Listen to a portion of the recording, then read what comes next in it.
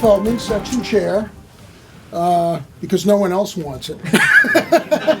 You keep running. Doing a fine job. Thank you very much. Thank you. The check's in the mail. Thank you.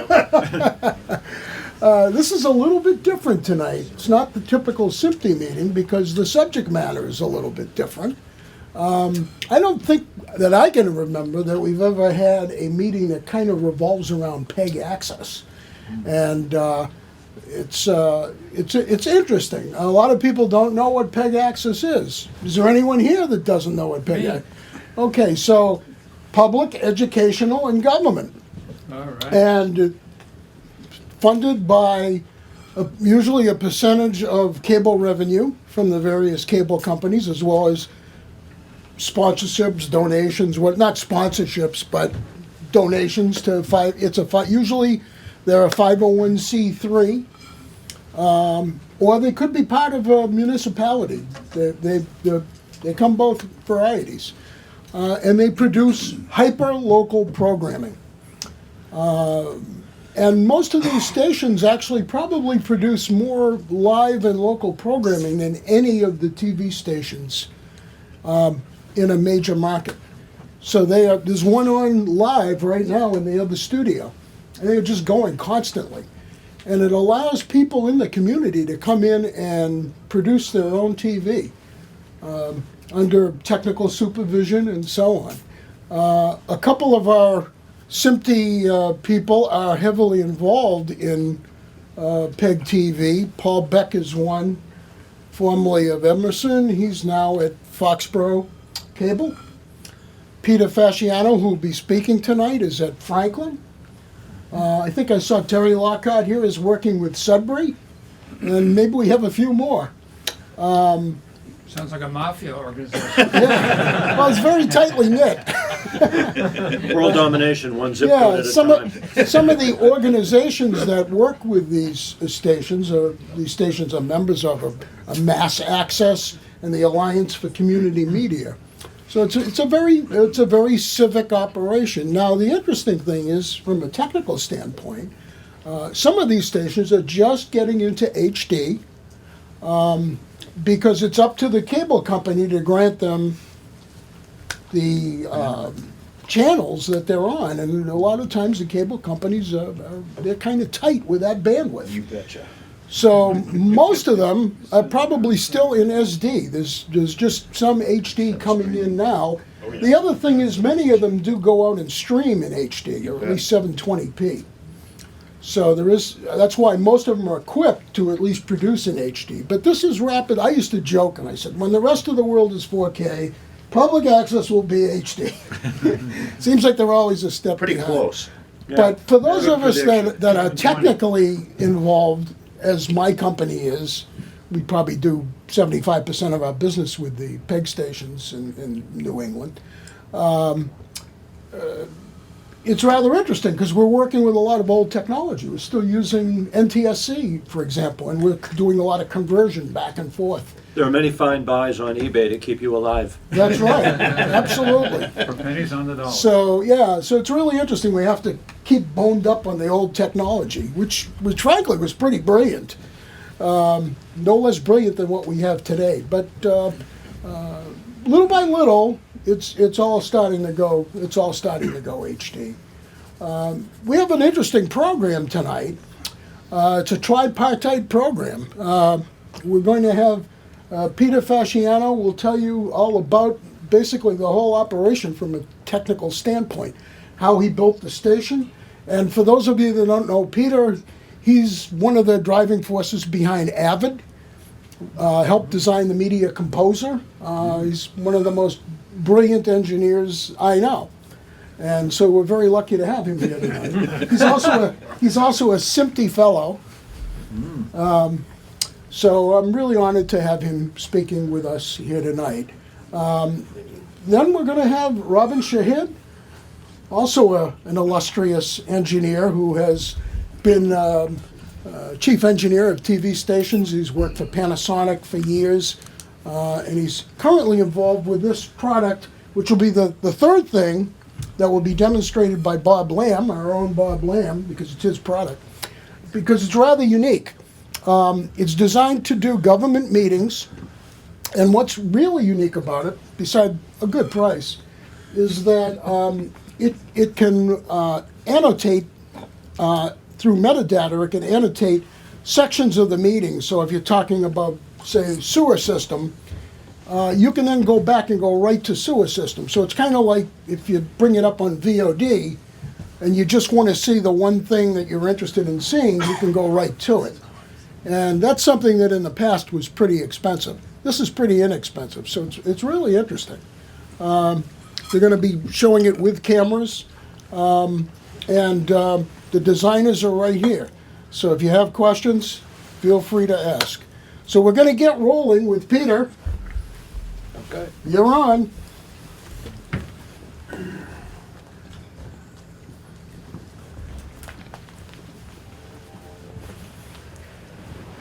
Per the description that you all received, I've divided this up into 3 parts.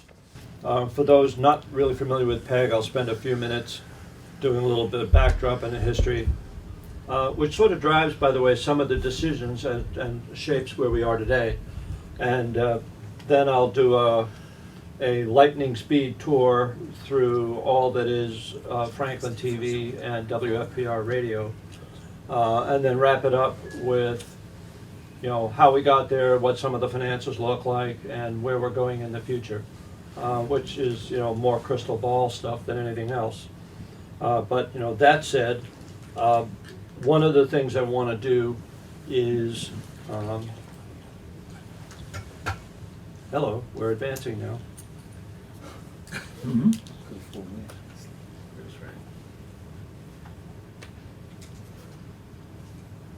There we go. At the very beginning of PEG TV, it was then and remains all about community. Very brief history. There was an organization in New York that was formed by Fred Friendly, then president of CBS, and a documentarian named George Stoney.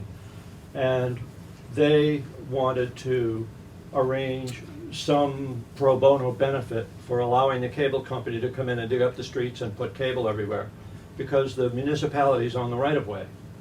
So they established a legal precedent that, well, if you want rights of way, if you want access to the community, you have to provide access for the community.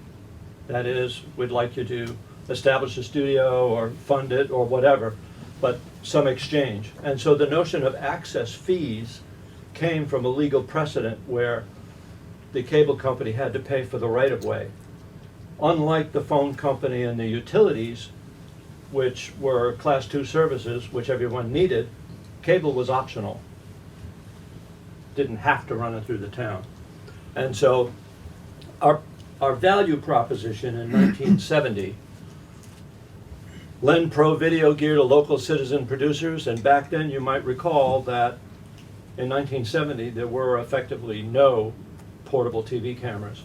But as you get into 1980 and whatnot, we all knew the median price of a news camera was typically around $40,000 a copy.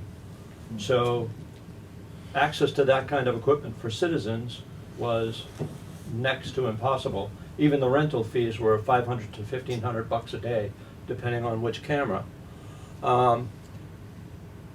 The cable operation would also provide, bare bones video 101. Here's how you turn it on.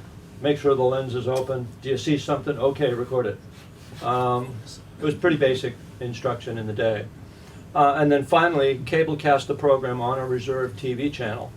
So there was first the public access channel, and then gradually it evolved into educational and government coverage, providing more channels.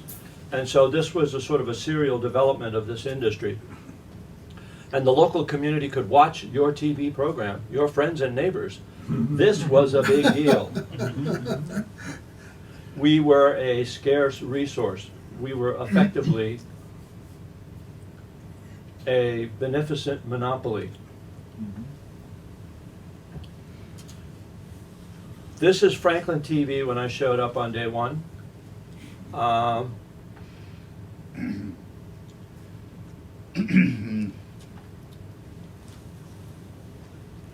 Hello, keep going. There we go.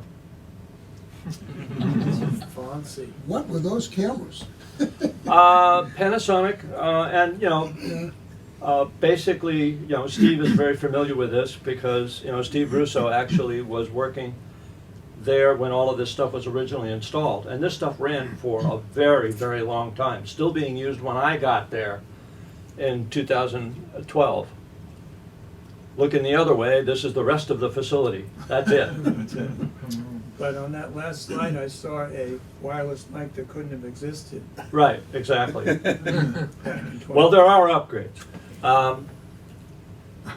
And so today, what's our value proposition? Given that, hey, every smartphone's an HD camcorder, graphics editing, it's just software, the tricks in the training, all of that's all over the internet now. Point, shoot, click, edit, simple, right? Cablecast the program on a reserved channel, I'd really rather be on YouTube. In the past few years, we've actually had people walking in saying, yeah, I want to use your stuff, but I don't want you to run the program. So that's a kind of scary proposition in terms of our relevance. So, they're all out there basically, looking to get right in line with Grumpy Cat. So what keeps us relevant? What keeps us in the game? Public access TV, for me, each of us as executive directors has to figure out where we fit in, how we stay relevant, what we do.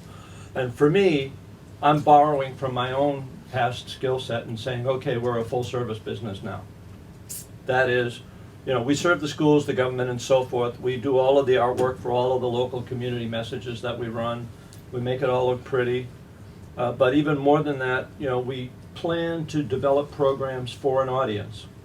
Back in 1970, it was whatever came over the transom, you ran it.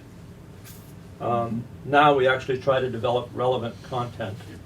But also, we have clients, the volunteer citizens who come in the door. We regard them as clients and we help them to develop something besides craft. Help them to develop taste, creativity. Help them to become prolific at generating ideas for television. We develop the above-the-line creative skills. So borrowing from the movie industry, we look at everybody who comes in the door as being an above-the-line creative, and what we provide is all the below-the-line craft support. So it's a little bit of a different twist in terms of the model. Now that means we have to have staff to do that, and we do. So we do the shoot, we do sets, props, consumables, graphics, editing, we do it all. So a full-service video production company with visual quality of our shows is consistently higher, show to show to show, because we're controlling the quality of the output, and the people actually rise to that. So when somebody comes into our place, it isn't about them coming in to do a program. When they come in the door, by the time they leave, I convince them they're doing a series. And so we have people who come in who shoot 2, 3, 4 programs in a single day in the studio. They do block production, just the same way that the soap operas are done, where they bang out a week's worth all in a day. So we've really tuned our operation for efficiency. And people tend to like that, by the way, because of the fact they can come in, bang out a bunch of shows, and then they're free for a month. And they can just go off and do other things. Meanwhile, their stuff is running on schedule. So it gives them a lot of calendar flexibility. The other thing is creating a community within the community. The volunteers themselves all get linked to each other. Now we help to orchestrate that, create critical mass of getting like people together in common cause. They help each other out creatively. They become committed to each other. They become an above-the-line creative team. Volunteer producers are also sometimes our best recruiters. If they're having a good time, they're going to tell their friends, come on by the studio. And in fact, people who have been guests on some of their programs have said, hey, this is really cool. I like this place. I want to do this. And next thing you know, we're talking to somebody who wants to do a new series. And so, designing for community. When I first began talking to the Franklin Board of Directors, I said something that kind of stopped them in their tracks. I said, I'm not going to build you a TV studio. Deliberate pause for drama. I'm going to build you a bed and breakfast that, oh, by the way, does TV. And they thought about that for a second, and I said, the reason for it is, if the place is not fun and inviting to be at, you can get them to come and visit and they'll be impressed, but they won't stay. So we designed the purpose to promote all of those things. And again, the staff is deliberately very supportive, encouraging. The staff gets involved where they can in the creative process as well. So we don't design to impress with the technology. We want it to feel like a hangout. Here's the key. I got this from Starbucks. Starbucks designed all of its places, and they said it's the third place philosophy. There's home, there's work, and where do you hang out? Meet me at Starbucks, sit, talk, etc. And so we wanted to adopt that same design philosophy for our field. This is the shape of the building we bought. We bought a mini mart. I did this layout pretty quickly before we committed to the actual deed. We also added onto the back of it. The white section that's not shaded is another studio that we built and added onto the building. So the original building was 3,800 square feet. We added another 20 to 23-ish hundred square feet. And this is the building we bought. And then we laid out a plan and added on to the back of it with a drive-in studio. And that's what we built.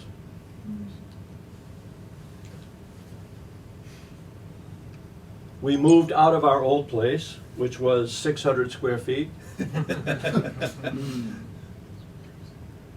And we moved into a trailer, which is 400 square feet. And we operated out of the trailer for 2 years. We considered the trailer to be a step up. More efficient. It was. Now you see I've actually taped the floor plan down on the inside of the building. The racks in the back are where we installed our Verizon gear, got our ONTs running, started streaming out of the building day one as soon as we were in there. Basically it took me about a day to cobble together the racks and then finished it out a year later like this. We're starting to put down flooring, put down walls, lay it all out. I've got the racks plasticed off to keep the dust down. Walls are going up. I did fur walls everywhere to keep the cell phones working. Meanwhile, we're still shooting between two ferns in the trailer. We also went on the road a lot. We started doing lots and lots of road stuff, developed a Candlepins program that we still shoot today. We go out and shoot 8 episodes in a single day as a real tournament. We also do now a kids version of that same show. We shoot 12 episodes in a single day. We shoot a lot of stuff at the senior center, classroom work, teaching, instruction. We shoot with the schools, all of their usual events, all of the school sports. Anybody into PEG knows that this is the fodder of the educational channel. Meanwhile, we're raising the extended building in the back. Nice barn raising going on, put the whole thing up in a couple of days once we had the foundation, and we finally, 2 years later, moved out of the trailer. And I had a wave of Stockholm Syndrome. The new dig's done. I put together 2 more edit systems like the original. So there's our edit systems. Everything's on wheels, very portable. You can just unplug the cord, move it around while it's still running, and plug it in somewhere else. That's our community room, which we have as free meeting space. It's a lovely classroom setting. People come in during the day and in the evening, and they use the room just for the sake of using the room. I'm training people's feet on how to find us. And here, that's our very first Christmas party. The party somehow or other always ends up in the kitchen. And same is true at our place. This is the Tri-County School doing cooking shows. They stage everything in the community room, bring it into the kitchen. The backyard in our kitchen is televised. We use a 65-foot screen for the bay window, and we run PowerPoint on it and change the seasons on it. And it's beautiful made-for-TV kitchen that we get to use every single day. We do a lot of cooking shows, all themed in their own way. So again, my philosophy is to try to create things to be as efficient as we can, so that way we can really operate as a picture factory and create good-looking programming with extreme efficiency. That's the amount of food they cook in a single day. And here again, the PowerPoint, we just throw it up on the window. They talk about what they're going to do. This is actually extracted from one of the cooking show PowerPoints, same format as what I'm showing you tonight. The students talk about it. They say what the steps are to make the dish, and then we go back to the scenery. I'm trying to get money to go shoot that location. It'll take a couple of weeks, but of course we do eat well. Our small interview studio, that room used to be the walk-in freezer for the mini mart. Here we're calibrating displays to match the overhead lighting. And the reason we do that is all of our sets are basically 5 displays that rotate vertically or horizontally on stands. And every single show has its own look, its own lighting, its own coloration, its own design. Somebody calls me up and says, I want to do a show. We're 2 hours away from having a new set for them for no money. It's all Photoshop. So we have this one room that we generate about 15 different series out of. Just turning the crank, turning the crank, turning the crank. Sometimes it's just 2 things, like when we had everybody on for town council elections, or a Sunday morning sit-down sermon with a priest. She is on the school council. That's the new superintendent. And people come in and out of that room just cranking stuff out all the time. And every single show has its own very distinct look. And we also, by the way, do clapstick everything because we multicam everything. We don't switch anything. We put it all together in post. We can even do sets for 1 episode, and it still makes sense. This is the high school studio. We also put that in. Running a broadcast pick switcher. Here you see Justin training the folks at the high school on how it all works. And then there's our other larger drive-in studio in the back. It's a 16-foot grid. You get a sense of the size of it here from our balcony. It's fully curtained. It's lit for 2 stages. We loaned it to the food pantry for a couple of months. And here's again how we use some of the displays. We also have hard sets that we can use in the room as well. And again, we use Photoshop for decorating stuff. And again, all large studio. This was done just yesterday morning, getting ready for a summer season of farms and gardens. And then there's our radio station. We got a community radio station license and put it on the air last year. Immediately started building the facility. Volunteers come in and they record their programs, doing interview shows, etc. They do all the audio work and they hand me air-ready work. My wife does all the interstitial voice work for the radio station, and I do some of it as well. And our interns also do some of the audio production. The radio station actually operates on a budget of $0. And I mean that. We put up a tower, which we rent to the town of Bellingham for police and fire, which covers our costs for the lights and the internet connection and everything else. So the radio station actually, at the end of the year, probably makes several $100s.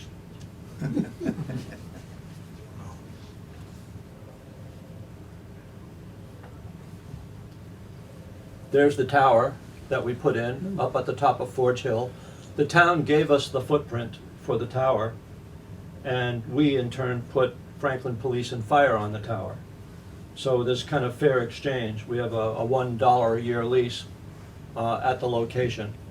And the towers, of course, is standard. It's a Class 6 public safety installation because of the police and fire. And there are 3 antennas atop the tower. Meanwhile, back at our studio, we put in this massive rain garden and built a little park back there behind the parking lot, which we can also shoot in. And we're still working on that part as well. So in terms of capital costs, when I went there, they had amassed about $1.7 million from ongoing PEG fees over multiple years. And by the way, there's a very common story. When Verizon would come to town, they would say, well, you don't need 2 public access studios, that's kind of crazy. We'll contribute capital costs to running the Comcast studio, because very often it was the Comcast studio, legacy. Comcast would say, hey, wait a minute, we want their deal. You know, so Comcast would sell the studio to the town for $1, and then the town would own the studio, and Comcast would do the same thing as Verizon, contribute some capital cost. This happened in Easton, in Stoughton, in Framingham, in Franklin. All of you guys have seen this happen zip code by zip code as Verizon came to town with Fios. So from 2006 to 2012, the town maintained the studio and kind of kept it on life support. They didn't do anything bad. They just said, we're going to reserve some capital, put together a plan, form a nonprofit, and eventually the nonprofit will start taking a leadership role and driving the whole thing forward. So the town was able to put together a pretty decent war chest in order to get started. So at the very beginning of 2012, they were ready to go. They had formed the corporation. They said, okay, and the guy who was in charge up until that time had a very serious stroke, and he was out of commission. So there was a mad scramble to find somebody else. They settled for me. And so this is what I started with. This is how I spent the money. They gave us 1-year operating budget for $400,000. I purchased a building for $385,000. I spent 1.1 plus on renovations with a decent level of finish. $58,000 for all the cost of the fiber moves, stringing up town hall, etc. Video gear and lighting and all the rest of it, all of it in the building. Probably about $470K all in. 2 studios, the edits, the transmitter gear, the radio station, all of it. The high school studio, the radio tower, and so forth. So I spent 2.9 mil. I still have 1.1 left. And all the rest of it came out of run rate. So we've been operating with an extreme degree of efficiency, continuing over the past 6 years that I've been there to be able to continuing amass approximately $400K a year to pay our bills, buy more CapEx, and so forth. So we're at a point now where, with the operation being relatively stable and a few more technical things to do, improvements and so on, we're going to start expanding our service offering, adding a couple of slots. And by the way, when we go out and we do sports, we have 2 or 3 people out covering these sporting events. It's not just a person and a camera. So we are already trying to, do a nice job on all of the programs we do.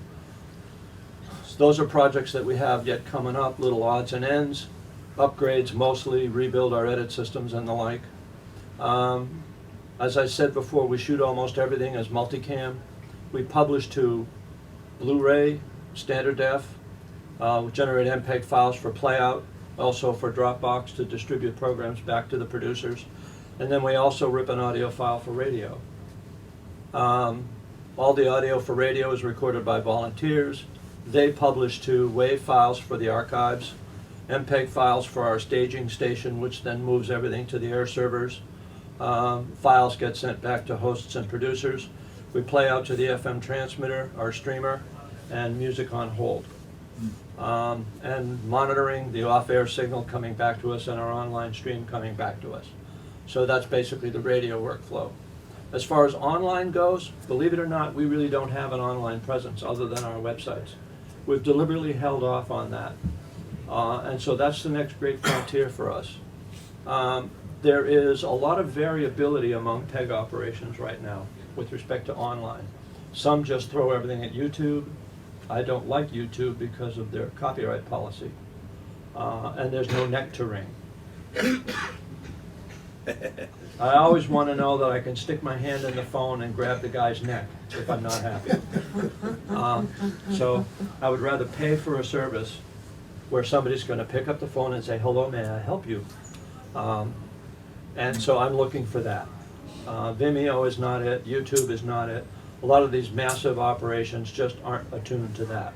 There are some things out there, Peg Central, or et cetera, and I haven't yet found the right mix. I'm also looking at business models, because once you stop being a Peg station and you have all this video you want to put somewhere else on the internet or wherever it's going to go, you're no longer under the stricture of Peg rules, being non-commercial. You can run commercials on the internet. You can run an advertising model. You could even have a subscription model. Think of it as a micro Hulu. On the internet, everybody thinks that it's free, but in truth, it's not. So we're working out business model issues right now in terms of how we go forward.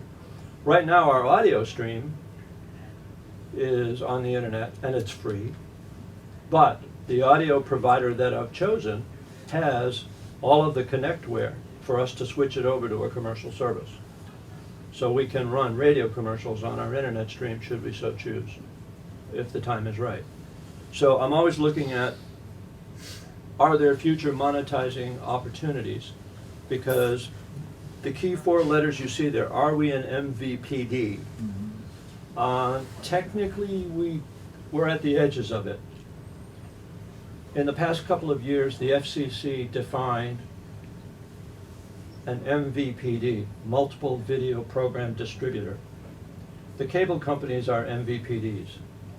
Netflix, Hulu, Amazon Prime are all MVPDs. They're all being put in the same legal bucket by the FCC, which means that the status of cable can change.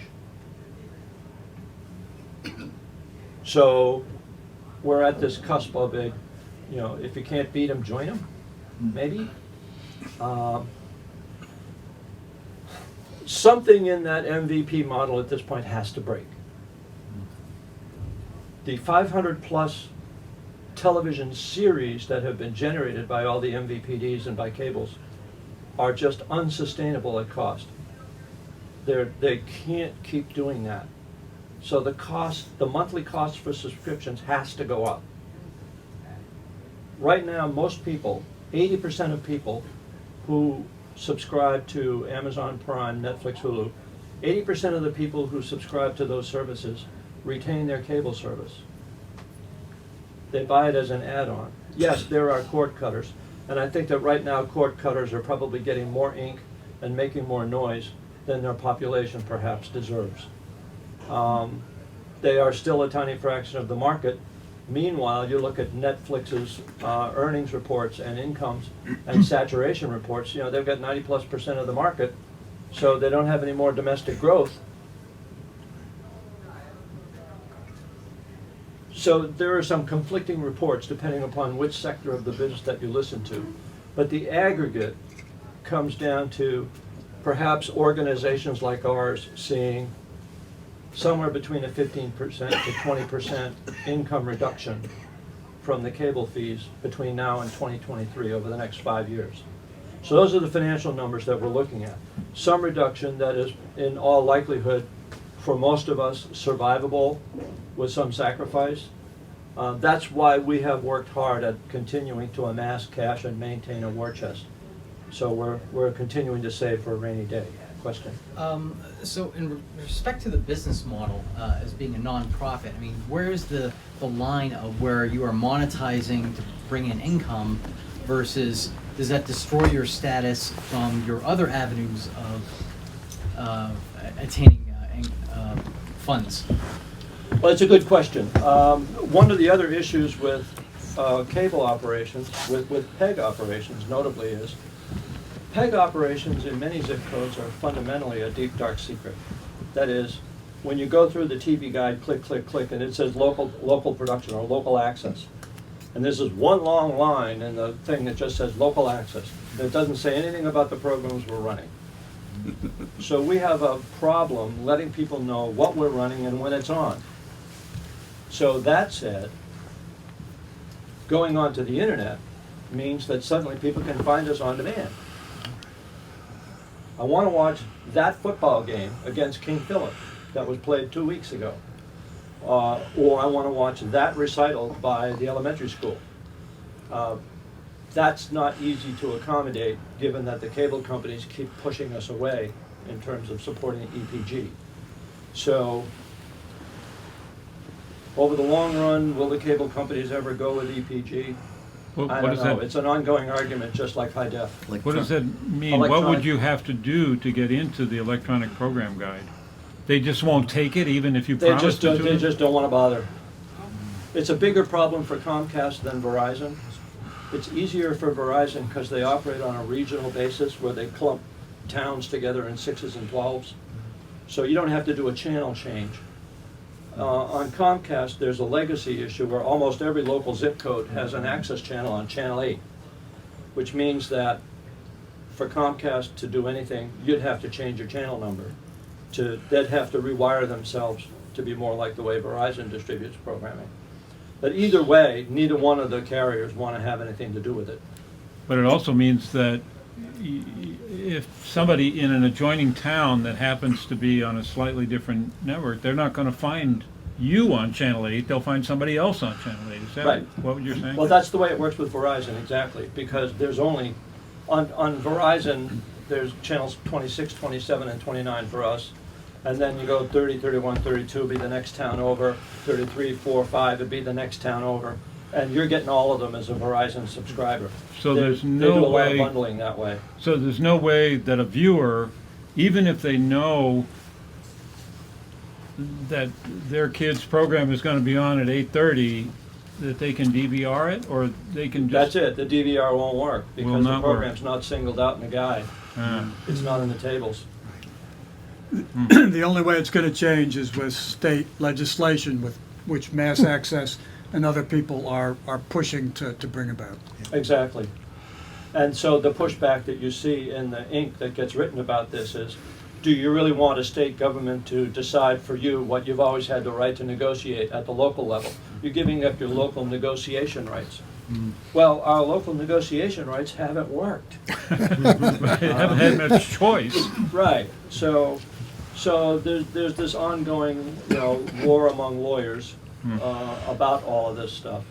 And of course, yeah, it frustrates all of us. But the idea of going to the internet, becoming an MVPD, or go working directly with a Hulu or something like that.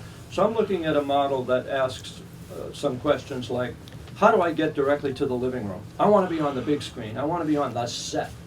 I want people watching me with their shoes off and their feet up. The way they watch TEEVEE. Right. I don't want them sitting there, watching on a computer screen perforce or whatever. Now, I know that there's a generational gap, and the millennials and down were do an awful lot of, smartphone watching. But, there's something about being able to just kick back, jump onto one of the streaming services and see the program you want to see right then and there. And that's a model that I would like to participate in. So I'm betraying my ignorance here, but is there maybe an avenue through something like a Roku, or somebody who has a little box that's a smart little box? Yes, you can do that it through could Roku. be used as a DVR Yes. to capture your program. Or stream it, or actually Or get it stream onto it the and screen, capture it, right, yeah. from the internet. Yes, all that exists. So what I'm now doing is I'm assessing the various servers and avenues and what the charges are to do that. Ah. So what I'm trying to do is jump ahead of the existing, we're giving it all away for free model, because we're just throwing it at YouTube to satisfy requests. And I'm trying from a business standpoint to say, okay, what's the right thing to do for the next 10 years? Both for the audience and also for us, given the potential diminishment of income that we face. So that's where I say, well, if we're going to see a 20% reduction in overall income over the next 5 or 10 years, given the shared model of cable plus your favorite MVPDs, then if we jumped on the MVPD bandwagon and we were available under the same model by cable and also as a streaming service for those who would like it, then maybe we can get that 20% back or even part of it back. I had one interesting discussion with a woman who called me up absolutely furious about the fact that she couldn't find graduation listed in the TV guide. Right? Well, what TV guide are you talking about? In the paper. Well, none of it's in the paper. And well, did you check your channel listings? I said, well, I don't have cable. Well, we'll be streaming it live. I said, I don't have a computer. Okay.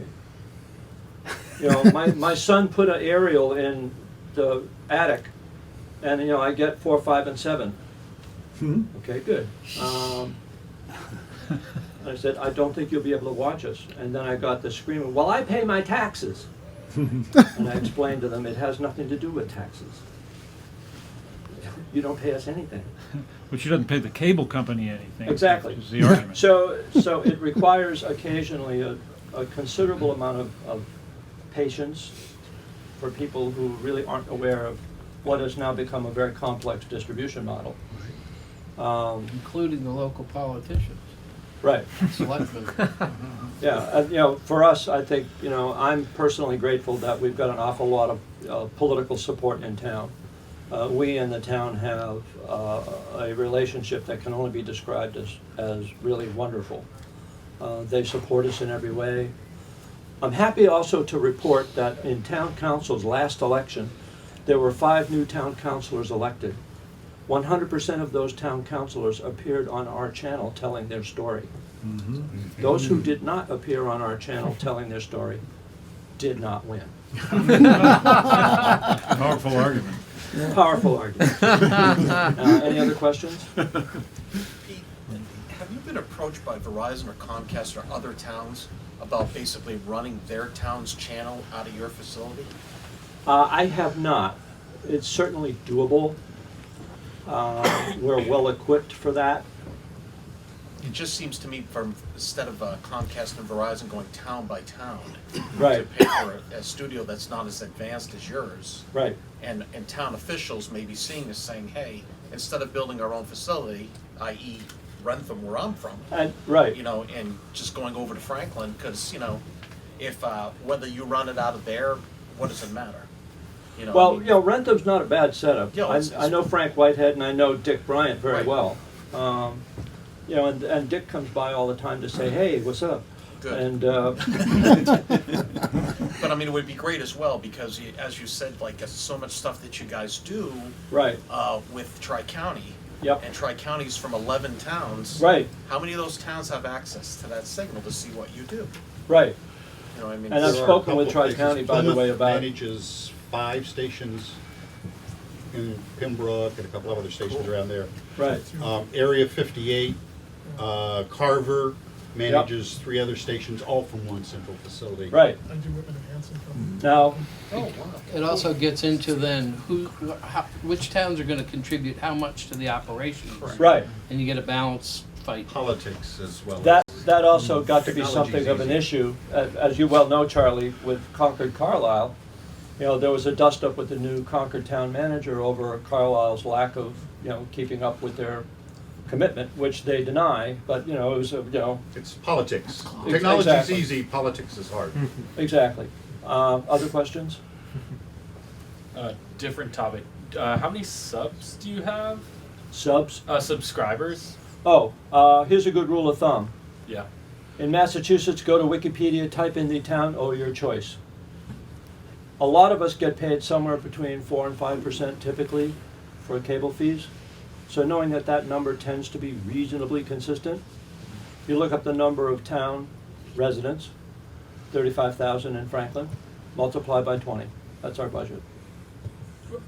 So you have 35,000 subscribers for People, a town I'm of- talking total population. Oh, okay. You can factor down the number of subscribers down to around 70 to 80% of that, Okay. and then factor down to households, which is, you know, 40% of that, et cetera. Okay. And you can get to an actual subscriber number, but if you just look at the number of people in the town Yeah. and multiply by I'm 20. from all the way out in Springfield trying to get a gauge for Yeah, how yeah. big your town Now, in is. some cases, like Plymouth, you know, there are regional operations that handle 3, 4 towns, et cetera. Yep. So, Could you just talk a little bit about the edit suites, what you've gone with, and how you operate through? I don't know if you're doing file management transfers in house. What we do everything's is- local or what. as far as our edit suites go, we cobbled our own custom suites together, again, with Dick Bryan's help out of Rentham. So Dick did the original build for us, and he's about to go around again and do it again for us. We're going to upgrade him after 5 years. We went to Micro Center, assembled custom chassis. Best of breed in that day, 5 years ago. Today it's even easier. We installed Adobe CS6 and some other tools and set up the systems with Win 10. Win 7 originally and upgraded to 10 flawlessly. There's another program that we use which is free, which is called Post Haste.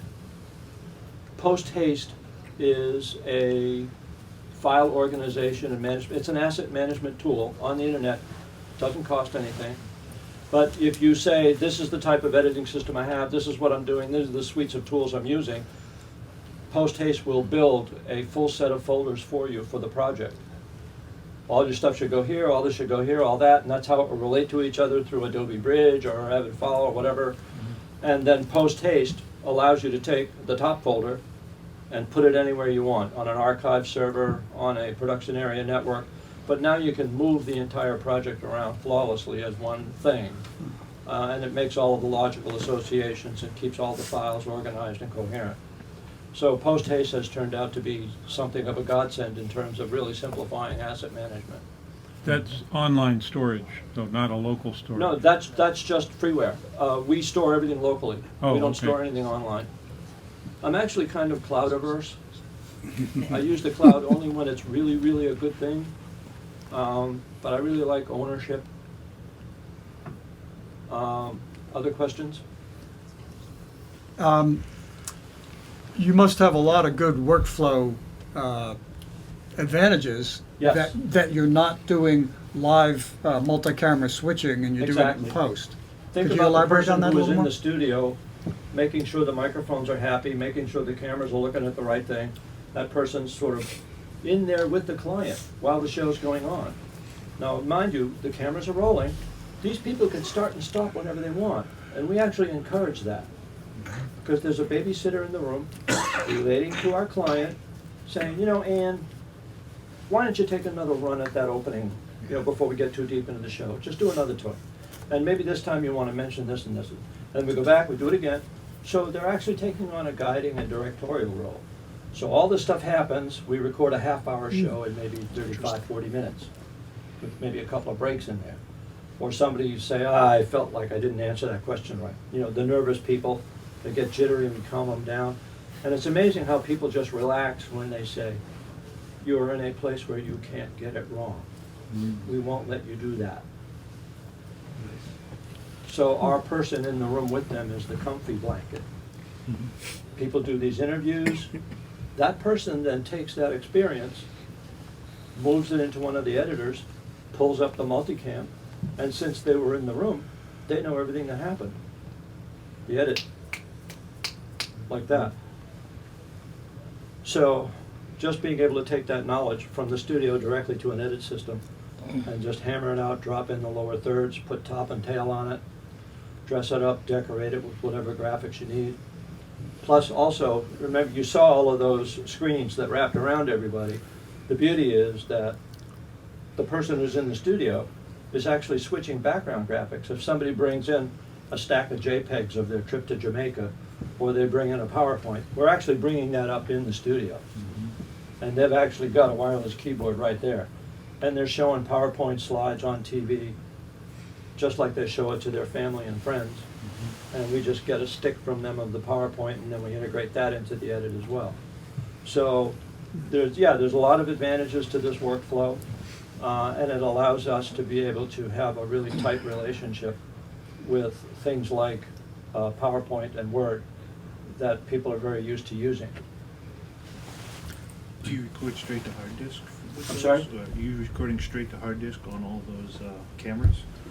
Recording directly into the camera's memory stick. Oh, and then you Yeah. download it onto your. That's it, yep, and then we transfer everything. So, but you can monitor this stuff Oh, yeah. simultaneously. Yeah, we have monitor feeds so that we know what's going on. I really like that monitor arrangement. how do you physically control it? Is it one PowerPoint writing all of them, or is it 5 individual? What we do is the side monitors, the wing monitors, those have little DVD players behind them on a back shelf. Okay. So they're running a loop. What's not obvious in those pictures is that all the graphics are very slowly undulating, moving, and the set is alive. Where do you So- achieve that motion? What app? PowerPoint. Okay. And did you have to do a lot of experimenting to get monitors that had the right scan frequencies with your cameras and stuff? What are you using? Can I ask? Those are LGs. Yeah. Samsungs would work too.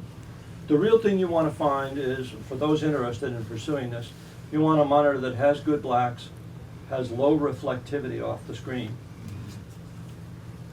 has a wide range of color balance controls. You want to take the blue drive and jam it all the way down, take the red drive, turn it all the way up, leave the green where it is, or maybe bump it up one tiny notch. So what you're doing is basically the digital equivalent of a coral filter. So when you're all done, the monitor is now set to 3200 degrees color temp to match the studio lights. So what is white on the monitor matches the same white that's in front of the monitor. You know, you could hold up an object in front of the monitor, and if the camera's shooting the object, you'll see the object and you'll see it, the camera of the object, right behind it, and the two of them will look identical. And that's not hard to do. It is not a good practice to try to gel the monitors to be orange, because the orange then becomes a reflector in the studio. It waves at you. One Yeah, of your exactly. slides had, it showed a bunch of grayscale stuff. Is that how you That's how we achieved the- calibrate them. The Yeah. standard grayscale chart, which is just like the grayscale chart we use in the studio for balancing cameras. So we balance the cameras optically using a grayscale, and then we bring up a true digital grayscale on the screen, and then we balance the screen. Now that the camera's locked down, we balance the screen on the TV set to produce the exact same neutral stair step. Net of it all is that monitor now agrees with lights. What kind of resolution are you dealing with on those monitors? Standard depth. Why? Amazing. Depth of field. We like the set in the background to be just a little bit soft. And the arrays to turn them and stuff like that, is that custom done, or do you buy that stuff off the shelf? $250 off the shelf. Names or? Some outfit in Ohio. I have a whole write-up on everything in the studio. I did like a 10-page write-up on how this whole thing is done, including the links to the supplier for the swivel mounts. You can raise the monitors and lower them, and then you can... Now, I mount the monitors so they are 1 pound heavy on the right when they're horizontal, and then I mount them 1 inch too high, so when I flip them, they're 1 pound heavy on the left. So there's this very tiny toggling effect. When I flip them vertically, they'll stay vertically. They won't start creeping this way. And when I flip them horizontally, they'll stay that way. And then the other thing is I do half-inch spacers that lean the monitors forward very slightly, just a little bit. That gets the ceiling lights off of the monitors, keeps the reflection down. You know, tiny tweaks that I learned, you know, gradually. Anyway, we've answered a bunch of questions. Thank you all so much. Really appreciate it.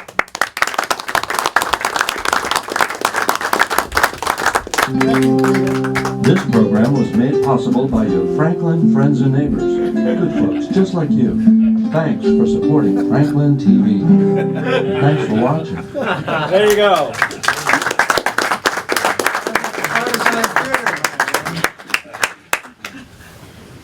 So the next victim is Robin Shahid, who has been an engineer for everything, right, in Boston? Yep.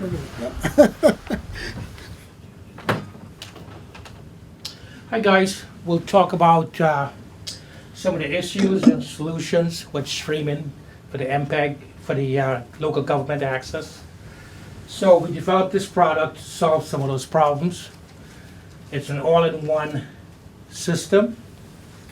So some of the common challenges we have when streaming, how do you know if it's a 4-hour show or so, town meeting, where to find the, say they're talking about installing a fence. Where do you find it? Do you look at the whole 4-hour piece, or can you search that? So we've developed something called chapter marks. So you can just type that in and find that particular area in the video. So we'll show you an example of what it looks like.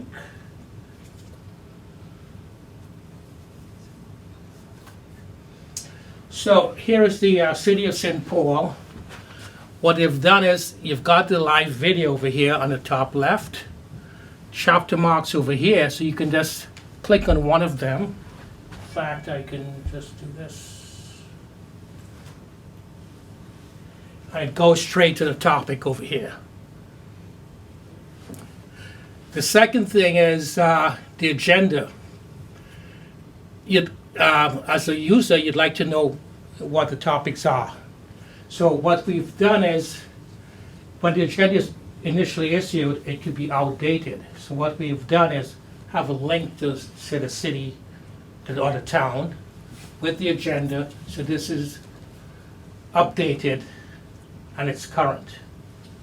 So you've got the agenda here, chapter marks, and the video all in sync.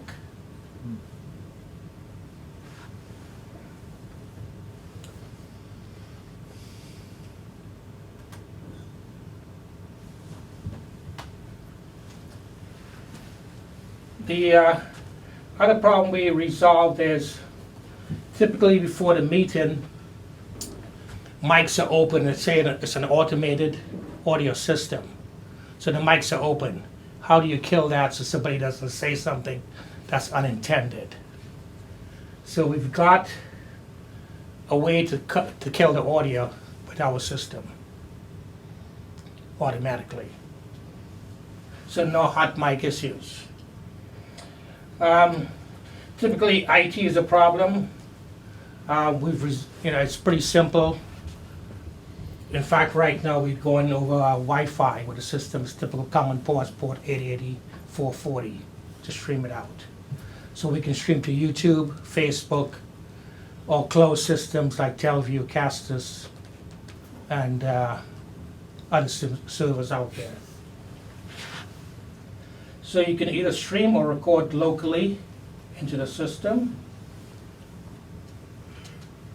And the system is designed to be fairly simple, using PTC cameras with PoE. So we've got 3 cameras here. You can support up to 4 cameras. They're all PoE. And it's a simple Cat5 or Cat6 cable to the cameras, powers the camera, and streams the video to the computer over here.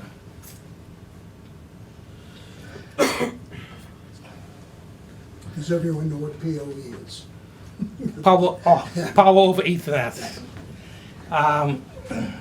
So it says powers the camera and streams the video over it. So the camera, so the system knows which camera by its Yes. IP address.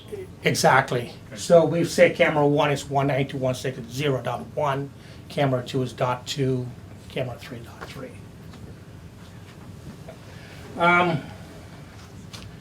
Systems we support, the Teleview, Castus, Tightrope, and some of them, like Tightrope, is working on the chapter marks that will be available by NAB time. We're working very closely with them on that. YouTube has it already. Teleview already has it, and it's been working very well. In fact, Belmont Media is using it. And YouTube supports it, so it's already implemented.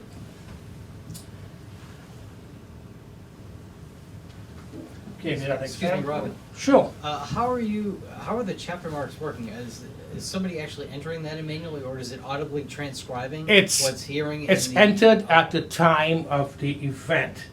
Good question. So that basically it's entered in a simple text screen over here. It's a CSV file. So somebody is implementing Yes. that as the video goes on. As the video goes on. Very good. Thank you. The advantage with that is at the end of the show, you don't have to enter any metadata. So at the show ends, the operator can leave. But all that metadata in the bottom left there, you have to type that in prior to the meeting, and then hit next, next, next? Yes, it's right here. Okay, but It needs to be. It can't automatically pull it from a PDF. I would have to manually enter. Well, the it. PDF we scan, like, this is the PDF over here, Yeah. or we can do a link to the town site.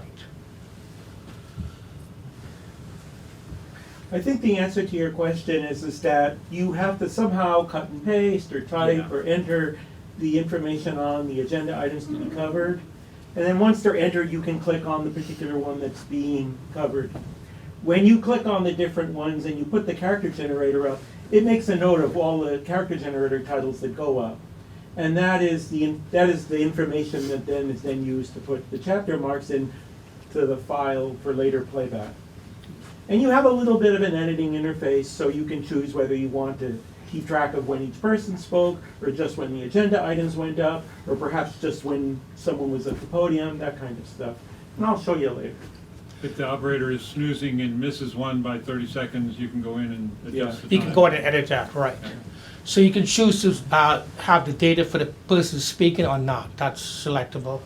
As well as the agenda items, you can go back and tweak it after in case something changes, and export that. I get the streaming part. How are you, or how would we, if record an HD or an SD signal traditionally? Do you understand the question? No. So if you don't put it on YouTube or you don't have it out on the cloud, you just have the thumb drive Oh, I got with you. the video. We can How re- do you get the we chapter can information we can into record that thumb drive? locally onto the computer here. An HD signal? Yes. And that's doing the choosing for you and sending the Yes. resulting frame with the Right. audio to the computer? Correct. And then you can take that file and export Yeah, it. but what about the live HD output to our channels, or the SD output to our channels, live TV? We are sending that live also. There are two networks involved here.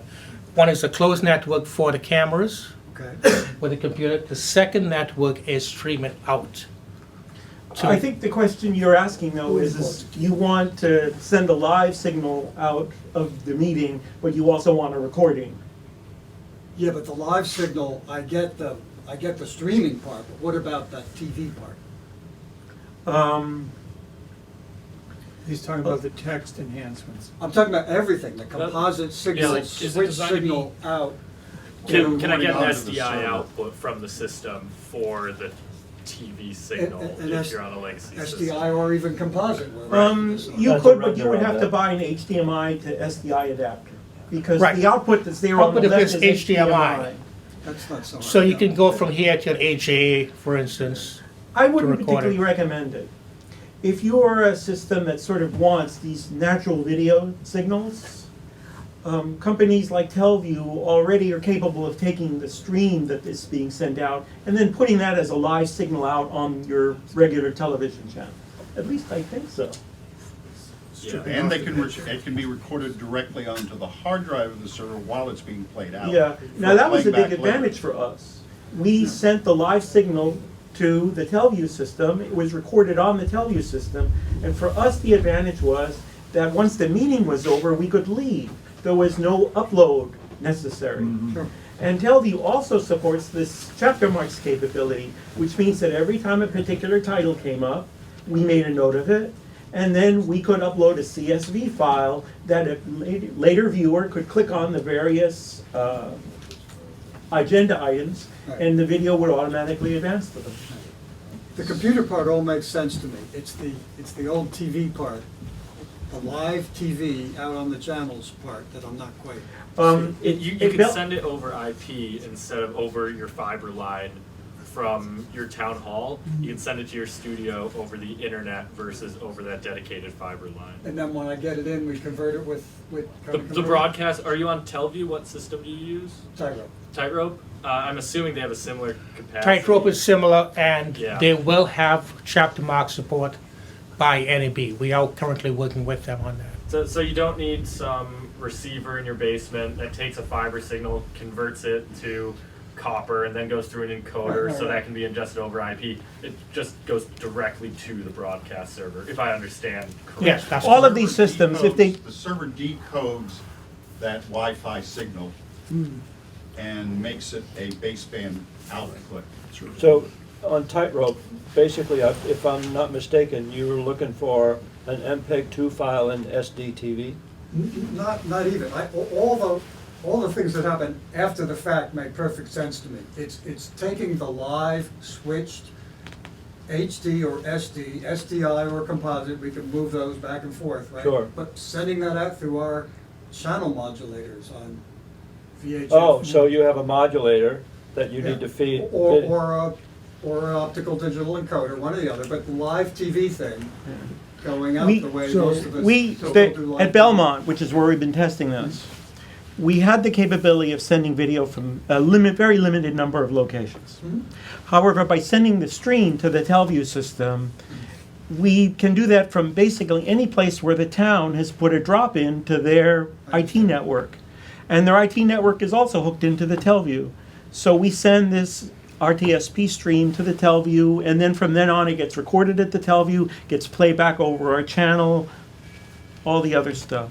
And is your picture, the second slide there where you had the live picture sort of seen from above and the PDF on the right, is your picture both of those things, or is it just the live feed? The picture from this system is a 720p live stream.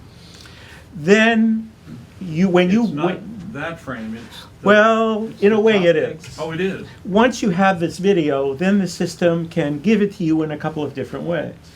For example, it can export an HTML page, literally a file, that plays back the video in one window, puts the chapter marks in another window, which it gets from the chapter marks file it's generated, and you can also say, and on the right-hand pane, please aim that at such and such thing. But a viewer at home of the public event, what do This they is see what and they what can don't they see. If the viewer of the live event will Yes. see the live video and whatever has been decided to be posted in association with it, typically a PDF of the agenda, perhaps a PDF of the contracts they may be discussing. The viewer of the event after it has been recorded and is going to be played back will also have chapter marks. But the chapter marks don't become available until after the recording is done So you can and a jump ahead. CSV file is uploaded. Yeah, yeah. So the frame that we see on the screen right here, how does that differ from what a viewer at home might see Well, in a live situation? TV. Yeah, Live on TV. Verizon, on the Yeah, channel. On TV, you would see the video of it, right. And you were gonna explain also how the switching happens with the close-ups, right? Because it wouldn't just be that. Right, well, we'll do a live demo of this, how it shows, that's a second. So that computer Switches. is functionally your production switcher. Correct. And it's recording ISOs and also creating the stream of your line output. Yes, It's not recording ISOs, it's doing the switching. it's doing the switching. It's doing the switching, and it is not just a switcher, it's a production truck too. Well, because it's yeah. streaming the signal too. But at least it's doing that much, and then, so if you want ISOs, you can stick cards in the cameras then. Yeah. Correct. And the CG is built. Those cameras are. Yeah. Yeah, we've got a built-in siege in here, and we can do 4 titles at the same time. Huh. So help me out here. This is a product that you are now selling? Yes. Yeah. Uh-huh. And how do you distribute it? Do people have to find you, or do you have? There's a dealer and they're listed on the webpage. We have a dealer, local dealer, ISG. That's our rep. And how long has it been in use? Is it the city of St. Paul, have they been using it for a No, while? City of St. Paul is an example of just Of how how- chapter what- marks work Oh, and the okay. fact that it is now possible or desirable to put up PDFs of associated documents. Huh. Belmont Like- Media has been using it. Yeah, it's Belmont Media where we've been using it. Okay. So they're in kind of Belmont beta now. test, or they're Yeah, actually beta paid test. clients? or- No beta test. Uh-huh. So what do you think? Over Well- the next 5 years, are you gonna, this thing is gonna take off, or how? I don't know, I'm coming as the person who was the main beta tester. Oh, okay, I get it. So essentially, a browser is your front end. Yes. So you have static documents, and then you stream the text and the video separately to separate sections. Is that essentially? Right, Or but different this is a pieces? link to the town site. town or city. So, but you So- could put essentially what you want, something static up there. Correct. And then you have your text. And then the live video, and right. the video section. Yes. Okay.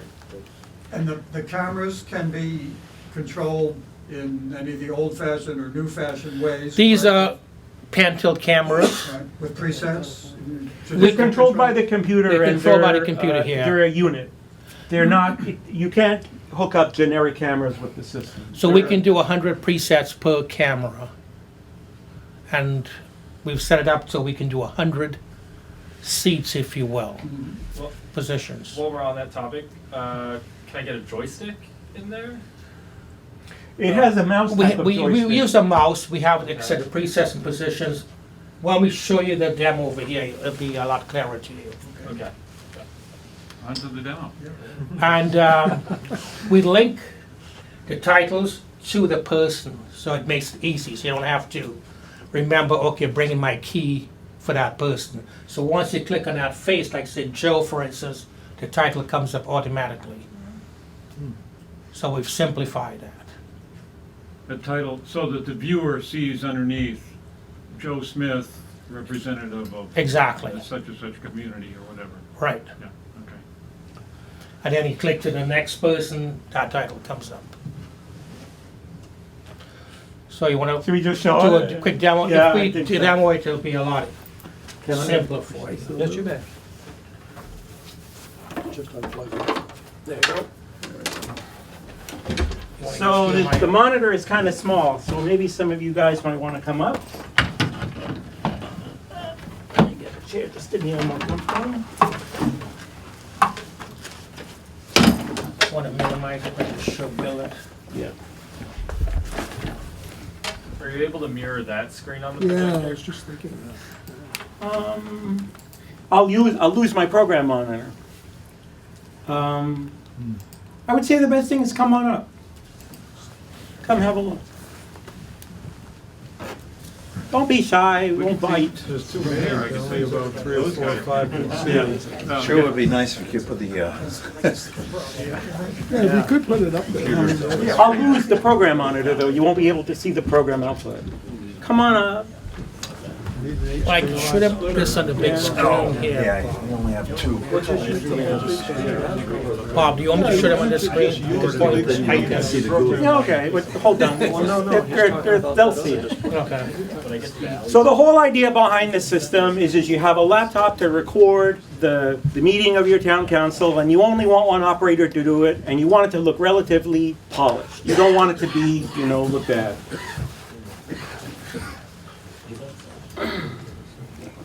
Okay. See, okay? Here we go. It has if you push this button that says start, it'll put up a start slide, but more importantly, it mutes the audio. So that way, any conversation that may be taking place ahead of time is muted and doesn't go out over the air, because it's assumed that you'll be feeding audio to it from one of these automated mixers, and those it's difficult for a person to sort of to turn them up and on again. When you click on, you can take a picture of the room, which is what we did earlier, and you can make buttons for each seat where someone of significance sits. And you just click on the particular button, and it will go to the seat wherever, all available cameras will move to get a shot of whoever is in that seat. Now at the moment, all of the cameras are off the air, so as I click on these buttons, all 3 cameras that I happen to have are all going to the same place. All right? And then depending on which way the person may be facing, you can choose the shot that you think is best. When you like the shot, then you just click on it here, and that puts it on the air. And by the way, also turns the audio up. And it also loads that person's name here. In this case, I clicked on a button that said Cappy Bear. It's a picture of a little bear. A lot of latency. So it has latency. And it puts their name in, puts it on. And this design you can make. You can make it in Photoshop. It isn't a particularly canned design or anything like that. If I then click on a different button, let's say this teddy bear, it moves all the available cameras. In other words, not the one that's on the air, but all the other cameras aim at whoever this next person you want. It took the graphic off the air and loaded it with the name of this other person. So you can then go take a picture of this other person once he starts talking and put their graphic on the air. like that. So the whole idea is you just push buttons on the people as they start to talk, and whenever a camera is available, then you get a shot of them. It'll get them, and then you choose it when it's ready. When you're ready to take it, and you think it looks good, and it loads the information in, like that. Any questions? Is it easy enough to make an amendment on the fly? So let's say somebody gets up from their seat and they're gone. Somebody else takes their seat. Well, let us say that I just clicked this button and I got this particular view, and I'm noticing that this person is a little tall. So I just, go up, click here a little bit to make it a little higher, and I can say update the shot. And then it'll sit there, and whenever the next time I click on that same button, this is now the shot that it will get for that guy. And it doesn't have to be on the air. It can be a camera that's off the air. How about getting the information, the guy's name, his position, or something that's a different guy He now? wants to change the title. Well, right now I have a graphic that says Cappy Bear. How fast can you edit that? What animal would I'll you show you prefer? right Cappy Dog, let's say. And I With a say beard. update the title. That's how fast it is. It wants to know, is this a permanent update or just this one time? So I can change the title if perhaps the name is misspelled, that kind of stuff. So the things that you're most likely to want to change in a rush, which is, the person is slouched or the name turns out to be incorrect, whatever, is pretty easy to change on the fly, yeah? No, I was just testing the latency. One of the things we use a lot is PIP or an over-the-shoulder or something like that in town meetings. At the moment, it does not have a PIP. It isn't technically impossible, it just hasn't been implemented yet. You can just basically take a laptop. In this case, my laptop is turned off. But if I click on this, it'll put a laptop in. It'll take the signal from the laptop and put it on. Can you program the different cameras so that one of them is just a wide shot, so you can get there? Yes, you quicker? can. For example, if I do go here to wide shot right now, all of the cameras go to a wide Can you shot. undo that and just have one? I can undo it because when I make these buttons, I choose which button I'm going to actually, which camera is actually aiming at that guy, because it's assumed that not all the cameras can get shots of all the people. So for example, if camera 4 is always going to be my wide shot, I am simply never going to ask for a cue point to be gotten for it. So as a result, it'll never move. So the first meeting that you showed as a intro graphic had about, I don't know, 8, 10 people around the table. Do you have that many options there? You can make up to 100 buttons. And there'll be that many little monitor TV things on the? Yes. They're like this. You can size them as appropriate. So if I say, for example, scale button, I can change the size of the button. I can move it. I can also resize all these windows. So for example, if it happens to be a different type of an arrangement, I can, change the whole layout if I like. So if it's more appropriate, like it's a church or something and you want it to go like that, I could do that. Yeah. Can you put Hi. Can you put the person's name on plus the agenda item on there? Yes, in fact, you can. There's layers for that? Yeah, we can do up to 4.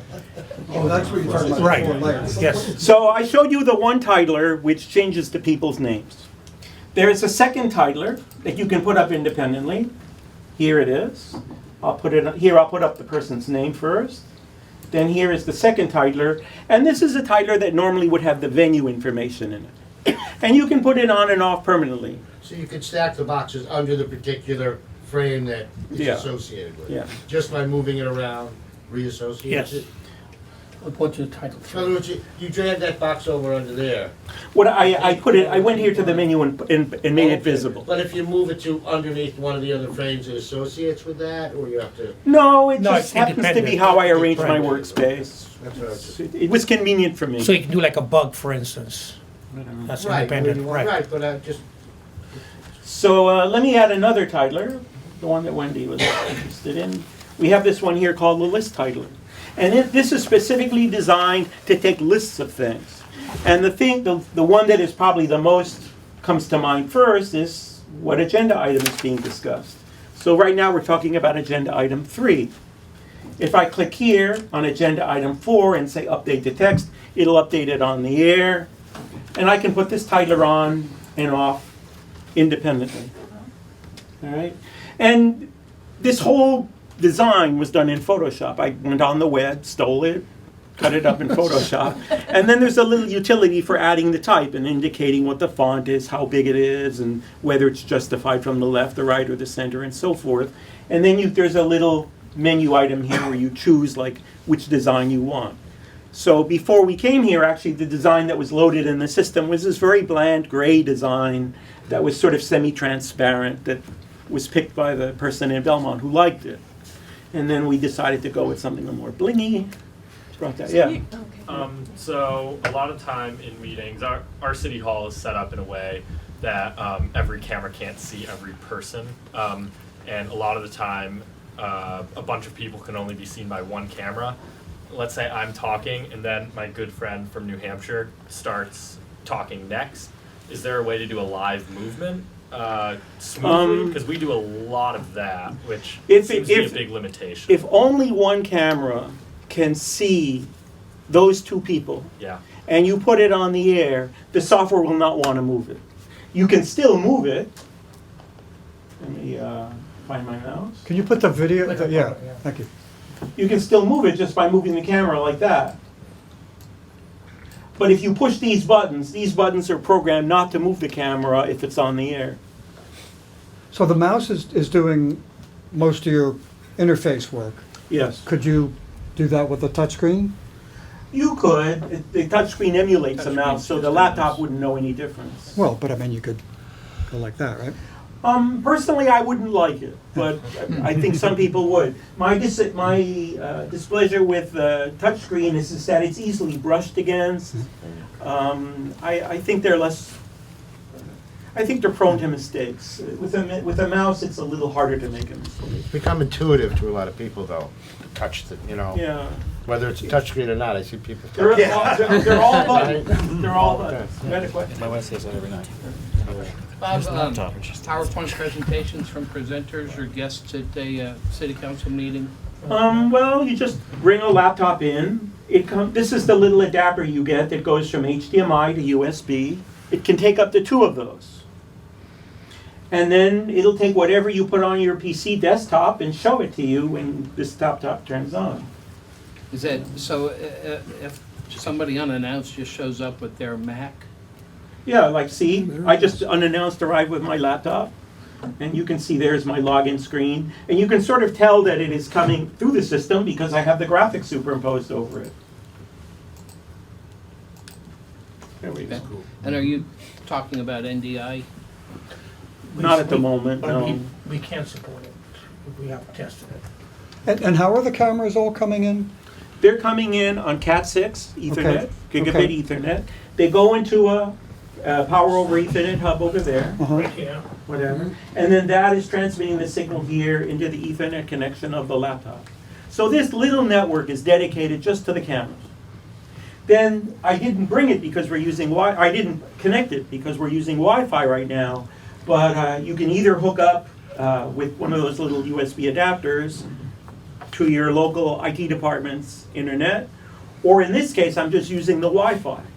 And you sit there and you say, start streaming, it will start streaming to whatever destination you programmed in, which in this case, right now, is YouTube.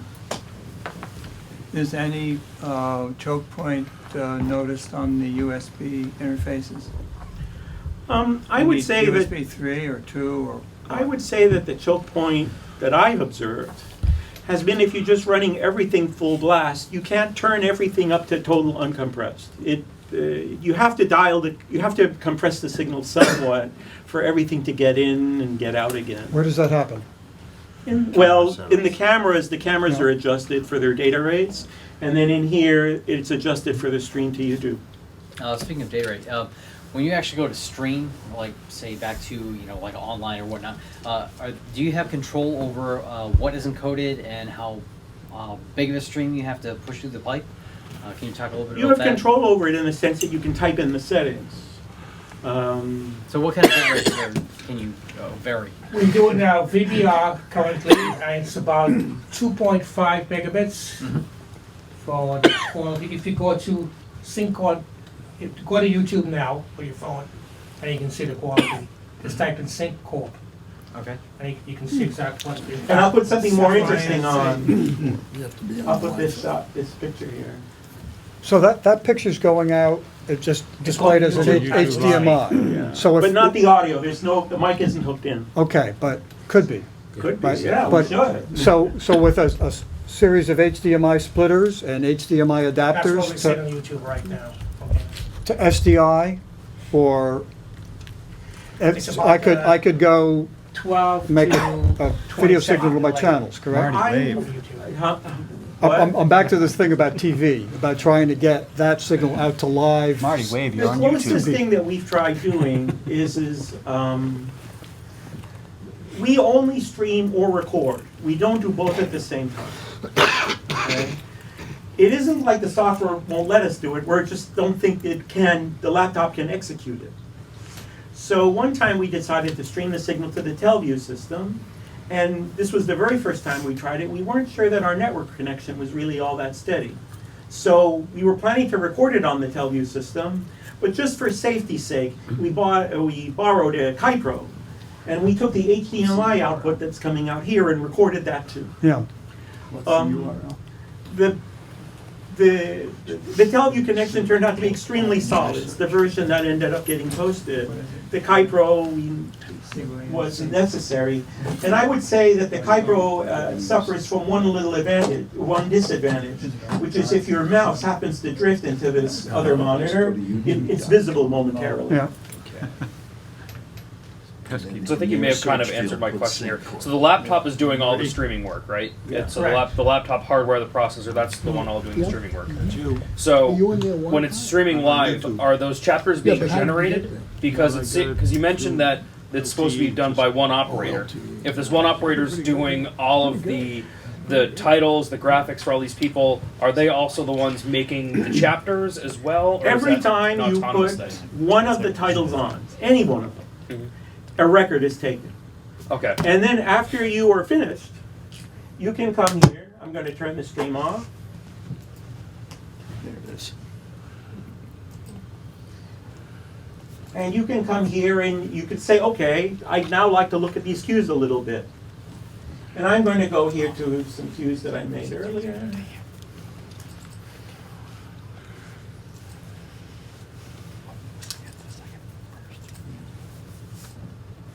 And here it lists them for you. This is when it actually took place in terms of the time. These are sort of like the 3 lines that are built into the character generator, and a little bit of information about like what type of an item it is. For example, it's an agenda item, or it was a person, or that kind of stuff. And there's little checkboxes here where you can say, okay, I want this information included, or I don't want it included. So for example, the only one that I have checked right now is agenda items. So it's only showing me the agenda items that were recorded in that list. But if perhaps I wanted instead to keep track of what persons talked and not the agenda items, I simply check a different box, and now it just shows me the particular people who happen to have spoken. And that process is built in, so that overhead is built in, so it doesn't affect the stream at all. Well, that's Well, the working stream in is background. ended. The show is over. Oh, so that's all done post Yeah. stream. As soon as the show is over, you can access that file. Okay. You can't access the file till the show is over because the file is still being made until the show is over. Once the show is over, then you have this and you can correct it. Okay. And the kind of things you would correct is you put up a title for Agenda 1 and they were really talking about Agenda 2, or you notice that you misspelled, one thing and you sort of want to fix it before everyone else sees it, that kind of stuff. And you decide I'd like to upload it. In this case, this is configured for YouTube. And it opens up a window for YouTube here so that you can go directly to your settings in YouTube. It gives you a little bit of instructions on what to do. But basically what it says is cut and paste this text into the description box of YouTube, because that's how YouTube does the chapter marks. You just list lines of what it was about, and ended with a colon and the time. And it calculates what the time would be in clip time. So it doesn't put the time of day anymore. It's now saying this is so many minutes seconds into the program. minutes and seconds and so forth. So it does all that. In the case of YouTube, it does this in this cut and paste format. In the case of TelView, Castus, and the others, It creates a CSV file because that's what those particular applications need. And do they become clickable links in YouTube so you can jump to agenda Yeah. item 3 and Yeah. so forth? That's all cool. Very Yeah. nice. You mentioned some kind of audio follow video or vice versa, switching or something. What? How does? No, the audio, it just records the audio that's coming in. Oh. Your audio comes in here on this red box. It's basically an audio to USB adapter.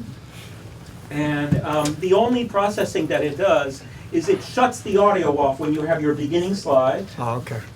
And it shuts the audio off when you have your ending slide. So this is my ending slide here. And, you know, the audio will also be muted. So there's one audio feed. Yeah. Yes. There may be multiple microphones, but you're counting on the mic mixer to do the Yeah. work. When we go out with this system, we've gone out with a little Mackie mixer. But in truth, I don't like it. It requires attention. We have tried in our Board of Selectmen room now, a Shure 820, which is an automated mixer. And now having tried it, I'm a big fan of it. You hook the audio in and you forget about it. So it's voice activated on each input? Yes. It suppresses all of the other channels except the primary one by 15 suppressing is dB too or strong some an other example. factor. You can set it for that, and I'll admit I tried it, and it doesn't work well. It works better when you set it for less drastic. Then you don't get people cutting in and out. It comes with presets, and that works very well. One input is good for the moderator because it can overrule the others. I don't know if that can be set in it. I think it can, I can, yes. It worked for us, and after that I paid no attention. If it works, don't fix it. Yeah.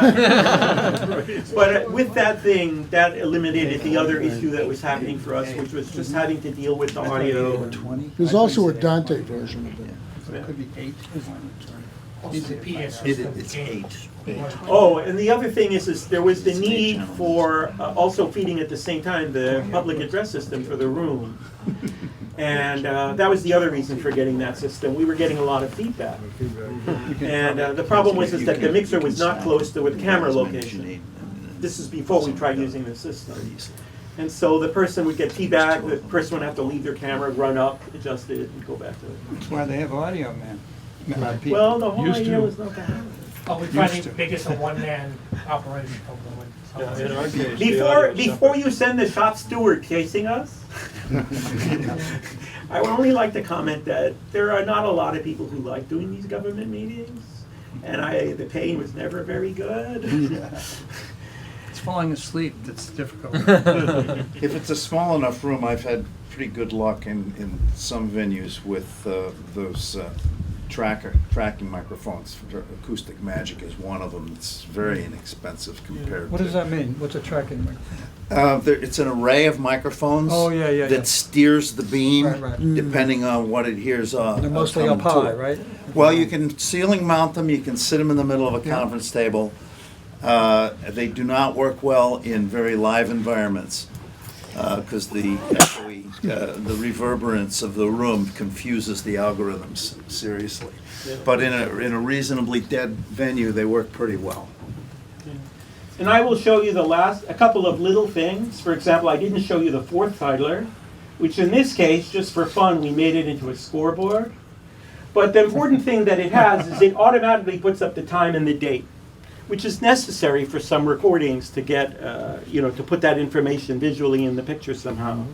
And there are a lot of other little things to it. For example, you'll notice that you can turn the camera autofocus on and off, and then you can focus manually. In situations where the lighting isn't very good, autofocus will hunt.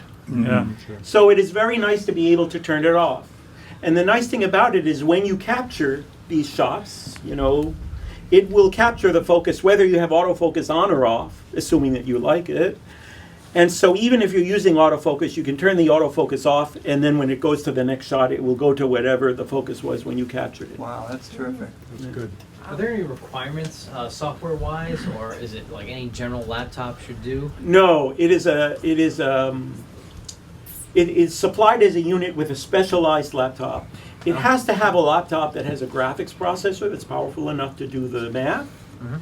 And the same goes with the cameras. The cameras sort of need to be configured also so that everything works well. So you're not buying software. You're buying a Like a black turnkey box system, if you will. Is there a range of cameras that it works with? Yes, and there are two of them here.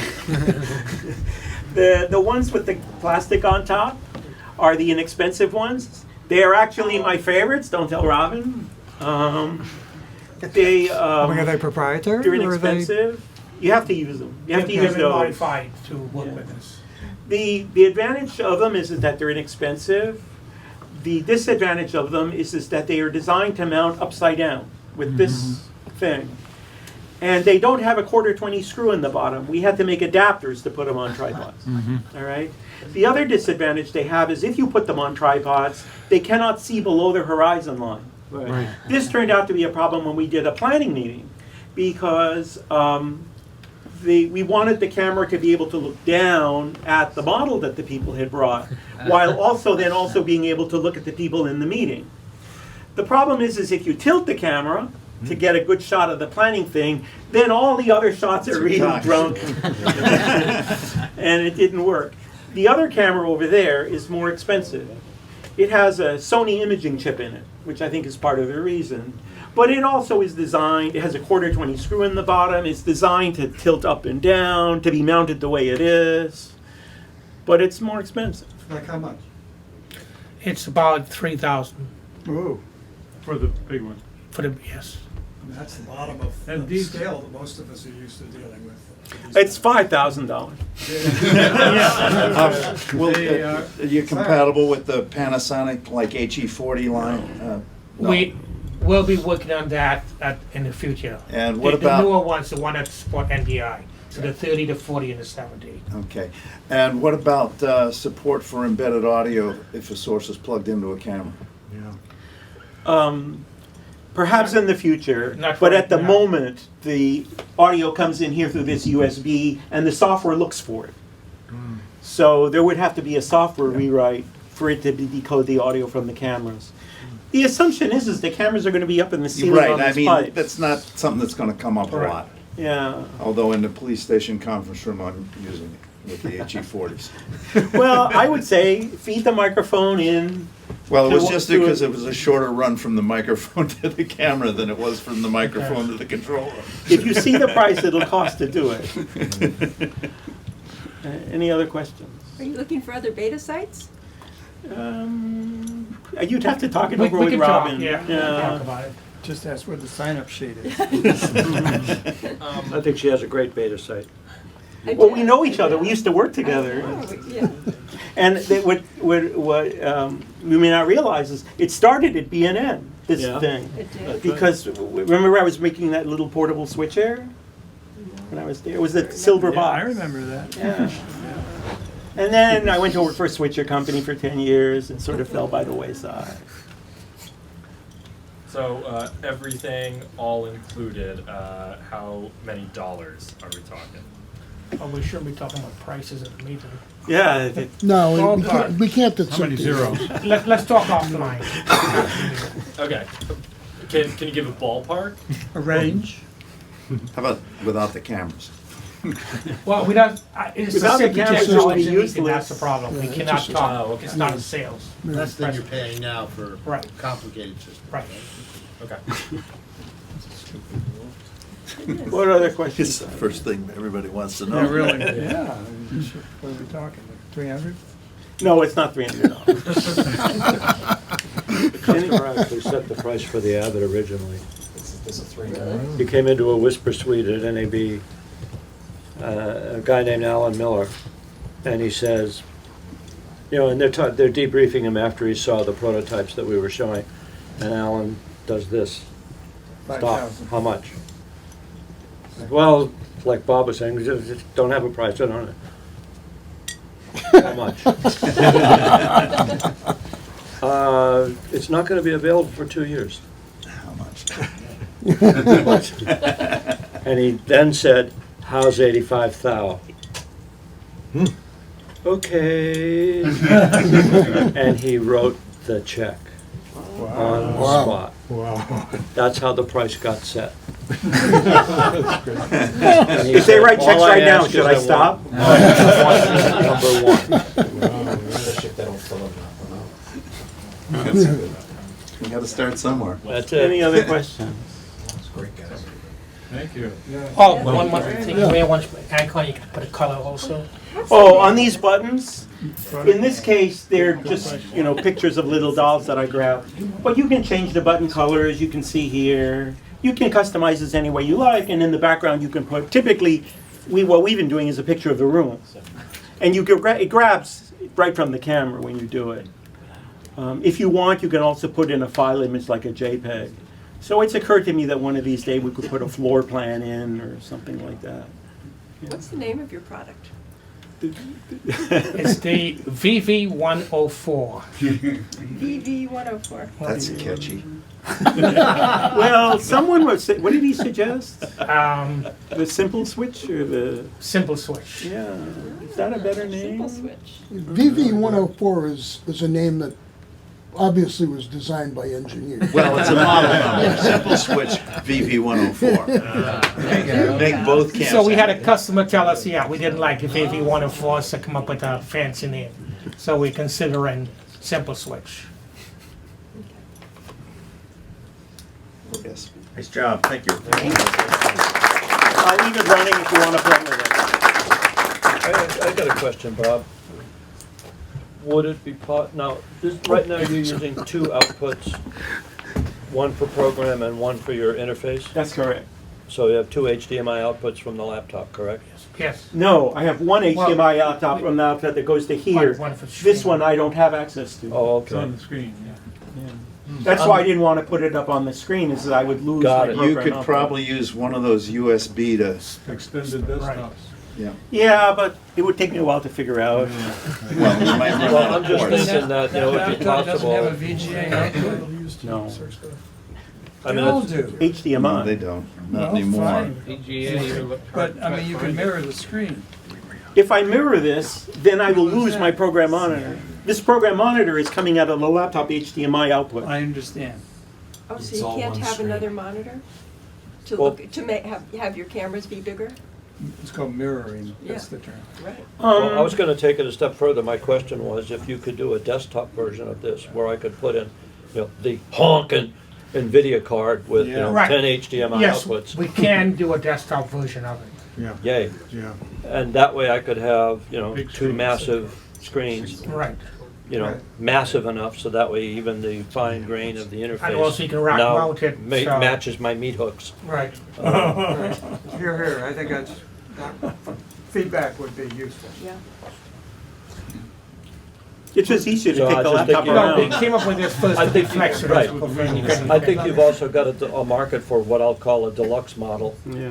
where you've got something More that's output obviously ports. very attractive, a laptop, et cetera, but for somebody who wanted to do a really nice layout with some, you know, big 27-inch touchscreens, a pair of them, or whatever, or 3 screens, program monitor and take the interface and break it up into 2 screens, Yep. spread it around. Yep. So you Thunderbolt get a ports really on it. nice picture of the Yeah. whole room, Yep. filling a screen with big fat, you know, buttons. Because, you know, we've got Well, maybe at that point 20 it's not seats to portable. cover. Maybe it's not portable. Put 4 wheels on it and a gear shift. Well, for in Just Belmont, the idea of Yeah, I having see, I scale. see what he's saying. Yeah, this is the first one we done. We did. No, just being came up with it. being able to do it like that is great, because not Yeah, only is yeah. it portable, but it's a nice package for a lot of people. But you get to go upscale with it as well and expand your market No, opportunity. it's on the roadmap as well as we are planning to do a sports package too. Oh, nice. So we can take the data from the scoreboard Yeah, like this and import it in and superimpose it. that's great. in Belmont, it turns out that there is one room for covering these official meetings. It's the Board of Selectmen's chamber. And it's not really that big. It can hold an audience smaller than this, maybe half the size. Whenever they want to hold a meeting at which large attendance is expected, then they move to other places, and not necessarily even in the same building. They'll move to a junior high school, they'll move to a senior center, and so forth. So frankly, a lot of the appeal of the laptop is that we could take the system, including the cameras on the tripods, to wherever it was necessary. So I don't think that Belmont is unique in this respect. No. I think, you sort of have to go to where the meetings are.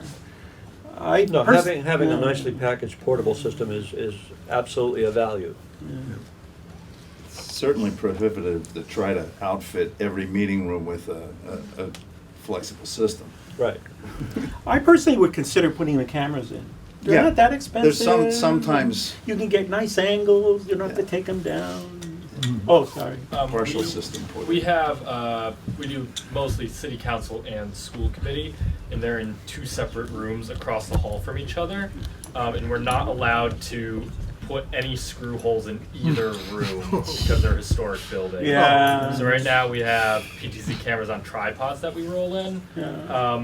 One of the big issues I can see here, it looks like it takes a while to set up the presets because you're using a mouse. We can do them quick with a joystick, but when you wheel a camera in on a tripod, no matter how hard you try, it's a foot off and you have to redo, every single preset for the room. Is there a way, or will there be a way, to sort of auto-correct if your camera gets bumped or something like that? You can say, take all the presets, shift them an inch to the left. I would say that would be invaluable for us. I think the easiest way would be to zoom in on the furthest item in the back of the room and make a preset for that. Then the next time you bring the camera, just set the camera so that that preset is aimed at that object again, and hopefully the rest of them will line up. Yeah, well, and then someone, walks in and kicks the tripod on accident, and then we do. I go through and, someone will reset all the presets quickly, which with a joystick you can do in, well, we can under do an 90 update. seconds. Yeah, we can do an update on that. But you'd have to do it for each button. So okay. So I grab this, and let's say I don't like that shot, I can move it. And put it Cool. Yeah, we can talk offline. This sounds like a more specific problem. Geometry of just shifting. But keep in mind also, once you set up that room, you can save that map of the room, if you will. So that you go back in a month from now, you can have all those presets come up the way you had them the last time. Yeah, I should mention one thing that actually is important. On most systems, they will save the camera presets on the cameras. So you're limited by the number of presets of the cameras. But maybe a bigger problem is that sort of like you can only have one set of presets at a time. This saves the presets in the show file. So you can, for example, set your room furniture in one way, make presets for that seating position, rearrange the furniture, load a different show, and the cameras will the presets will all be set completely different. This is important, I think, because I think a lot of government rooms are used by more than one group of people. The other thing is also the names will change. You just load the school committee show, and not only does it account for the school committee's layout of its furniture, but also the names of the people who were there. And then if the next meeting that follows in 15 minutes after that meeting is over is the Board of Selectmen, you just load that show, and the proper names are loaded for them, along with however they happen to be sitting. Nice. You mentioned earlier that you were transmitting this room to YouTube, or was it via Wi-Fi? Yes, actually. Do you also have the option to plug into an Ethernet drop if you have it available? Yeah. But we wanted to show how simple it was. I just set up in very little time. Sure. So this is why we did it this way. But you went off the air shortly after that, right? Yeah, because I wanted to look at the cues. So we can show to the cues. Yeah. So you could plug into existing network on a separate subnet? Yeah. Yes. It is a separate Ethernet connection that you can then configure to how the town IT person requires. Oh, so Right, you that's got what I mean. two Ethernet ports on that laptop? Yes, there's the one that is plugged in, built in, and then I have a little adapter, Oh, a USB to USB Ethernet adapter. And that has to be registered with the town, because it looks at the MAC address of the adapter before it lets you use the town Ethernet. Any thoughts in the future about recording audio as metadata as a separate file? Well, it's recorded anyway. But I mean, as far as like putting not just as an audio signal, but putting it in as data along with the information that you get from the CSV. You mean like you're doing Like closed transcribing, captioning? like an automated transcription, because there's so much information there. You know, Is that like the port system you're thinking about? Yeah. like Dragon, as Yeah. you know, I mean. To be perfectly honest, the thing we've tried is uploading the things to YouTube and letting YouTube do the work. Exactly, They're the best exactly. titler on the planet at the moment. So, But I'm just thinking as someone who would take it and put it into their, you know, for a later date to have it all right there on the laptop.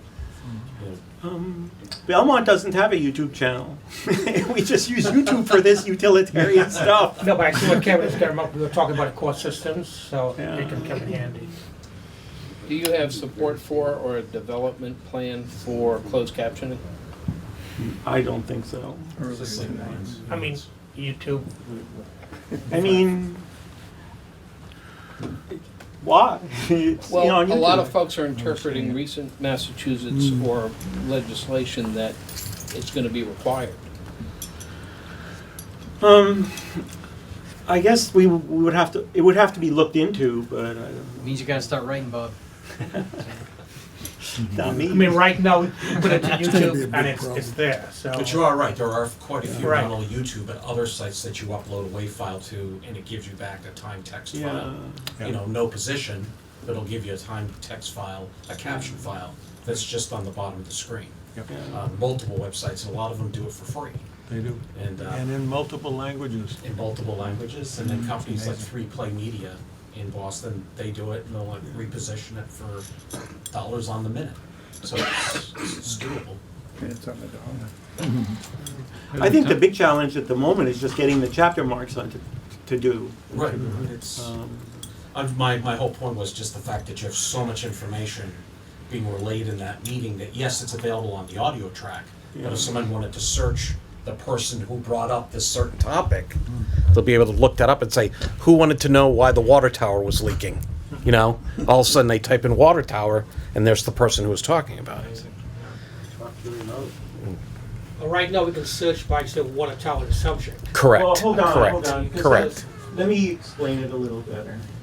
When you upload this, you upload a video file and you upload the appropriate cues as appropriate for whatever's being used, the TelView system, Right. so forth.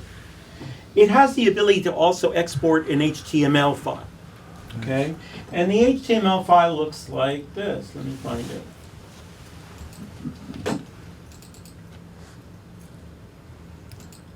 This particular one is a test, so it doesn't have a document pane. Okay? But what it does is it takes the video file and it creates an HTML page that has the link sort of packaged into it. Right. Is it an embedded video file or a link to the file somewhere? It's a link to the file. They're pointers, right? Pointer. And then here you just see it goes to the agenda item that's being discussed. Agenda 5, agenda 6. And you can sort of see how it's doing it. It's doing it when the CG happens Based to come on the up. CG.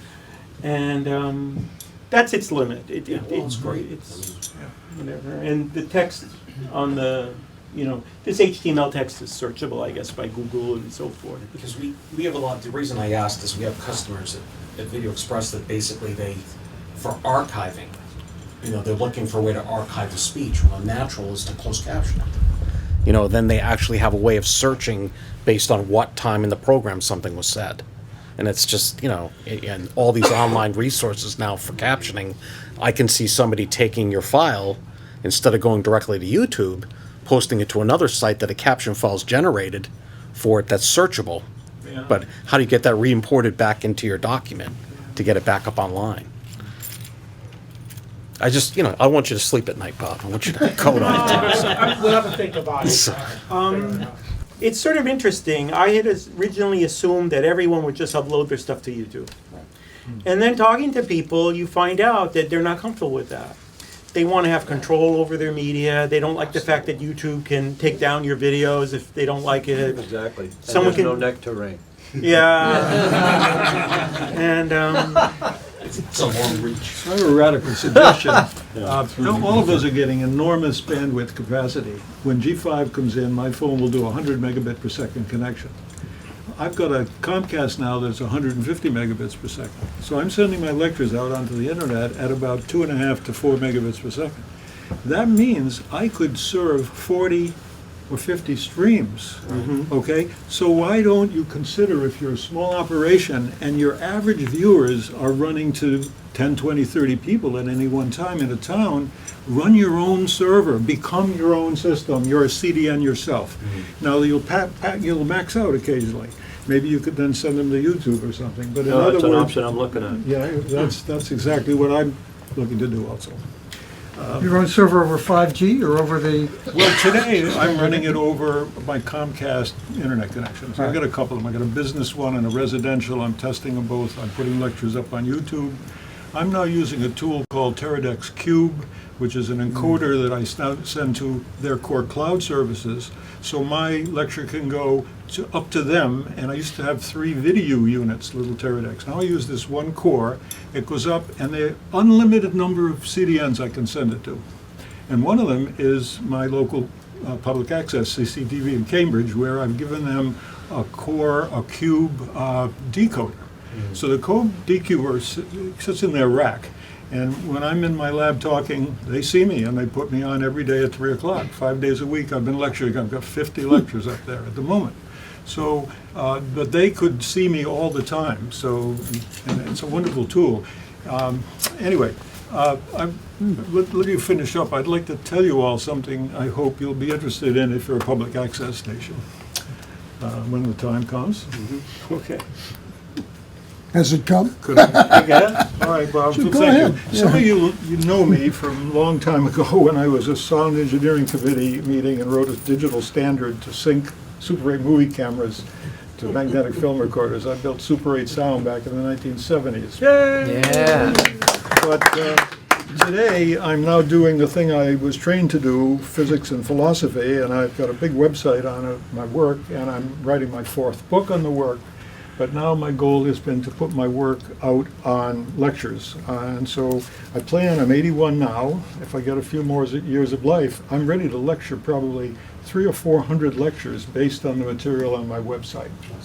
Okay, but over the last few years, I've been experimenting with having an internet television station, I called it. I started in 1999 with a 4-input Panasonic S-video switcher, which I fed into a Canopus analog digital video converter, and then I set that into QuickTime Broadcaster on the Mac, and then I went to Ustream, and I could get to hundreds of people. My guy's twitching again.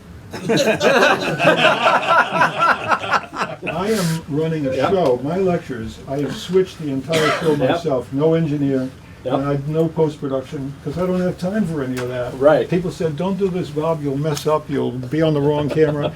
My studio, which I'm going to invite a reasonable number of people, I can handle 20 or 30 at some point, has 7 SEG 300 pan tilt zoom cameras, and a little joystick and multiple resets and so forth. And then I have 3 computers, 2 Surface Pros and a regular touchscreen laptop, which provide multimedia, and I can then show I have one of my cameras is over my head, it looks down at my desk, I can write on the desk and people can see what I'm writing like I'm writing on the board. Right.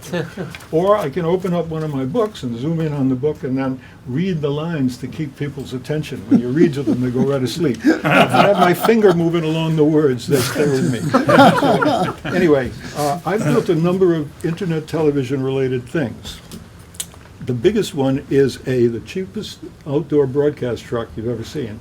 It's got a Blackmagic Design Production Studio 4K, and it supports 8 cameras. And then I've been building little systems, which I've given to places like Harvard and CCTV, which is a suitcase with a production studio unit in it also. So the original idea, I thought my grandson might start a business around this. It didn't happen. So the truck can support 2 satellites at the end of a football field, each one looking with multiple cameras, feeding to the truck in the middle of a fiber optic. I've got this built and tested everything, and I can show it to you when you come to my lab sometime. But the big thing is I want to give this truck to the care of public access stations who want to borrow it. It's probably got me $22,000 invested in it, but I would like it to give it over to someone who you think is right that could allow you to go schedule it and say, I want the truck out because I'm doing a big meeting in a giant event and I'd like 12 cameras on this event. Then you can borrow the truck. And I plan to keep it registered myself and insured for the time being, and you'll just borrow it. But those of you who want to use it, just schedule. I'd like to try it. And you need somebody in your group who knows how to run it. And Stuart Cody helped me build the truck, so a lot of what's in it is the guy who put it all together. So that's what it's about. And if you go to itv-studio.com, you can see my studio with all my cameras and so forth. And if you go to YouTube and ask for Information Philosopher or Bob Doyle, you can see my 50 lectures, which I've got up there so far. And I've got some little handouts if people want one. By the way, last year, or 2 years ago, or 3 years ago, I can't remember, Stuart. 2015, the Scholastic Media Association, this is my website, invited us to bring our truck where they were showing off 3 broadcast trucks. The lowest one was $200,000. And I built mine for $20,000. And I had a hell of a lot more inputs than any of them. There tended to be producer and one reporter on the side of the truck kind of thing.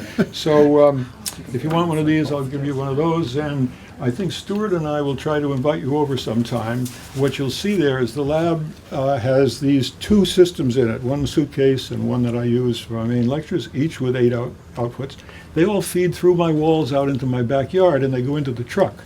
So when you sit in the truck, you see program, and then you see one of these Blackmagic multi-views, 3 of them. And they're all hooked up because the 2 systems in my lab run through the walls, and you can see 24 cameras to switch from. And I can switch from iPads and so forth because Blackmagic supports an app, and you can do all your switching from a wireless and so forth. So just this weekend, I finally got another great thing for me. For 4 years, I've been asking the Harvard Crimson if I could build a studio for them. And at the end of the day, they could say, put their issue on and have the reporters go online on the web. Every president for 3 of them have said, maybe next year, Bob, maybe, maybe.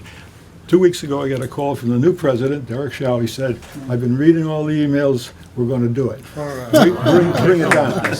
So over the weekend, we put in 3 cameras. We'll put 1 PTZ camera and then 3 laptops. The Surface Pro is magical because you can resize it, move around with your fingers. It's all touchscreen. And I can put those things right out on the air. It's really a lot of fun. So, fantastic. Okay, thanks for your attention. Excellent. Yeah, thank you. Fascinating. Now, that was a generous offer. Yeah. Watch your email for upcoming meetings, and how about a round of applause for the new TV people, Steve Russo, Robert Cohen, for hosting this meeting. Thank you. Can I make an announcement? Is Sure. it okay. Absolutely. Yep. Sorry.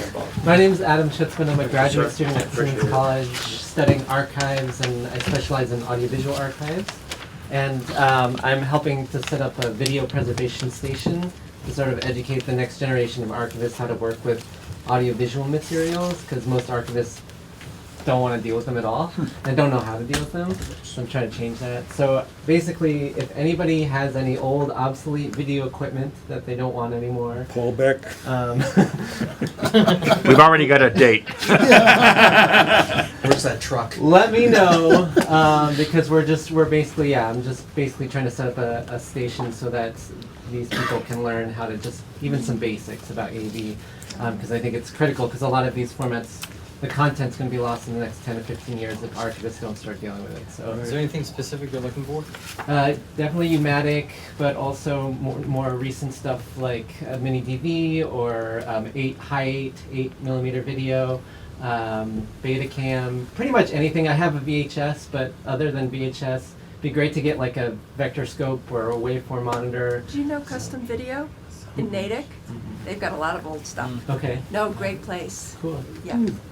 So anyways, if anybody knows of anything, let me know. You got a card? I do have a card, if anybody. Yeah, so.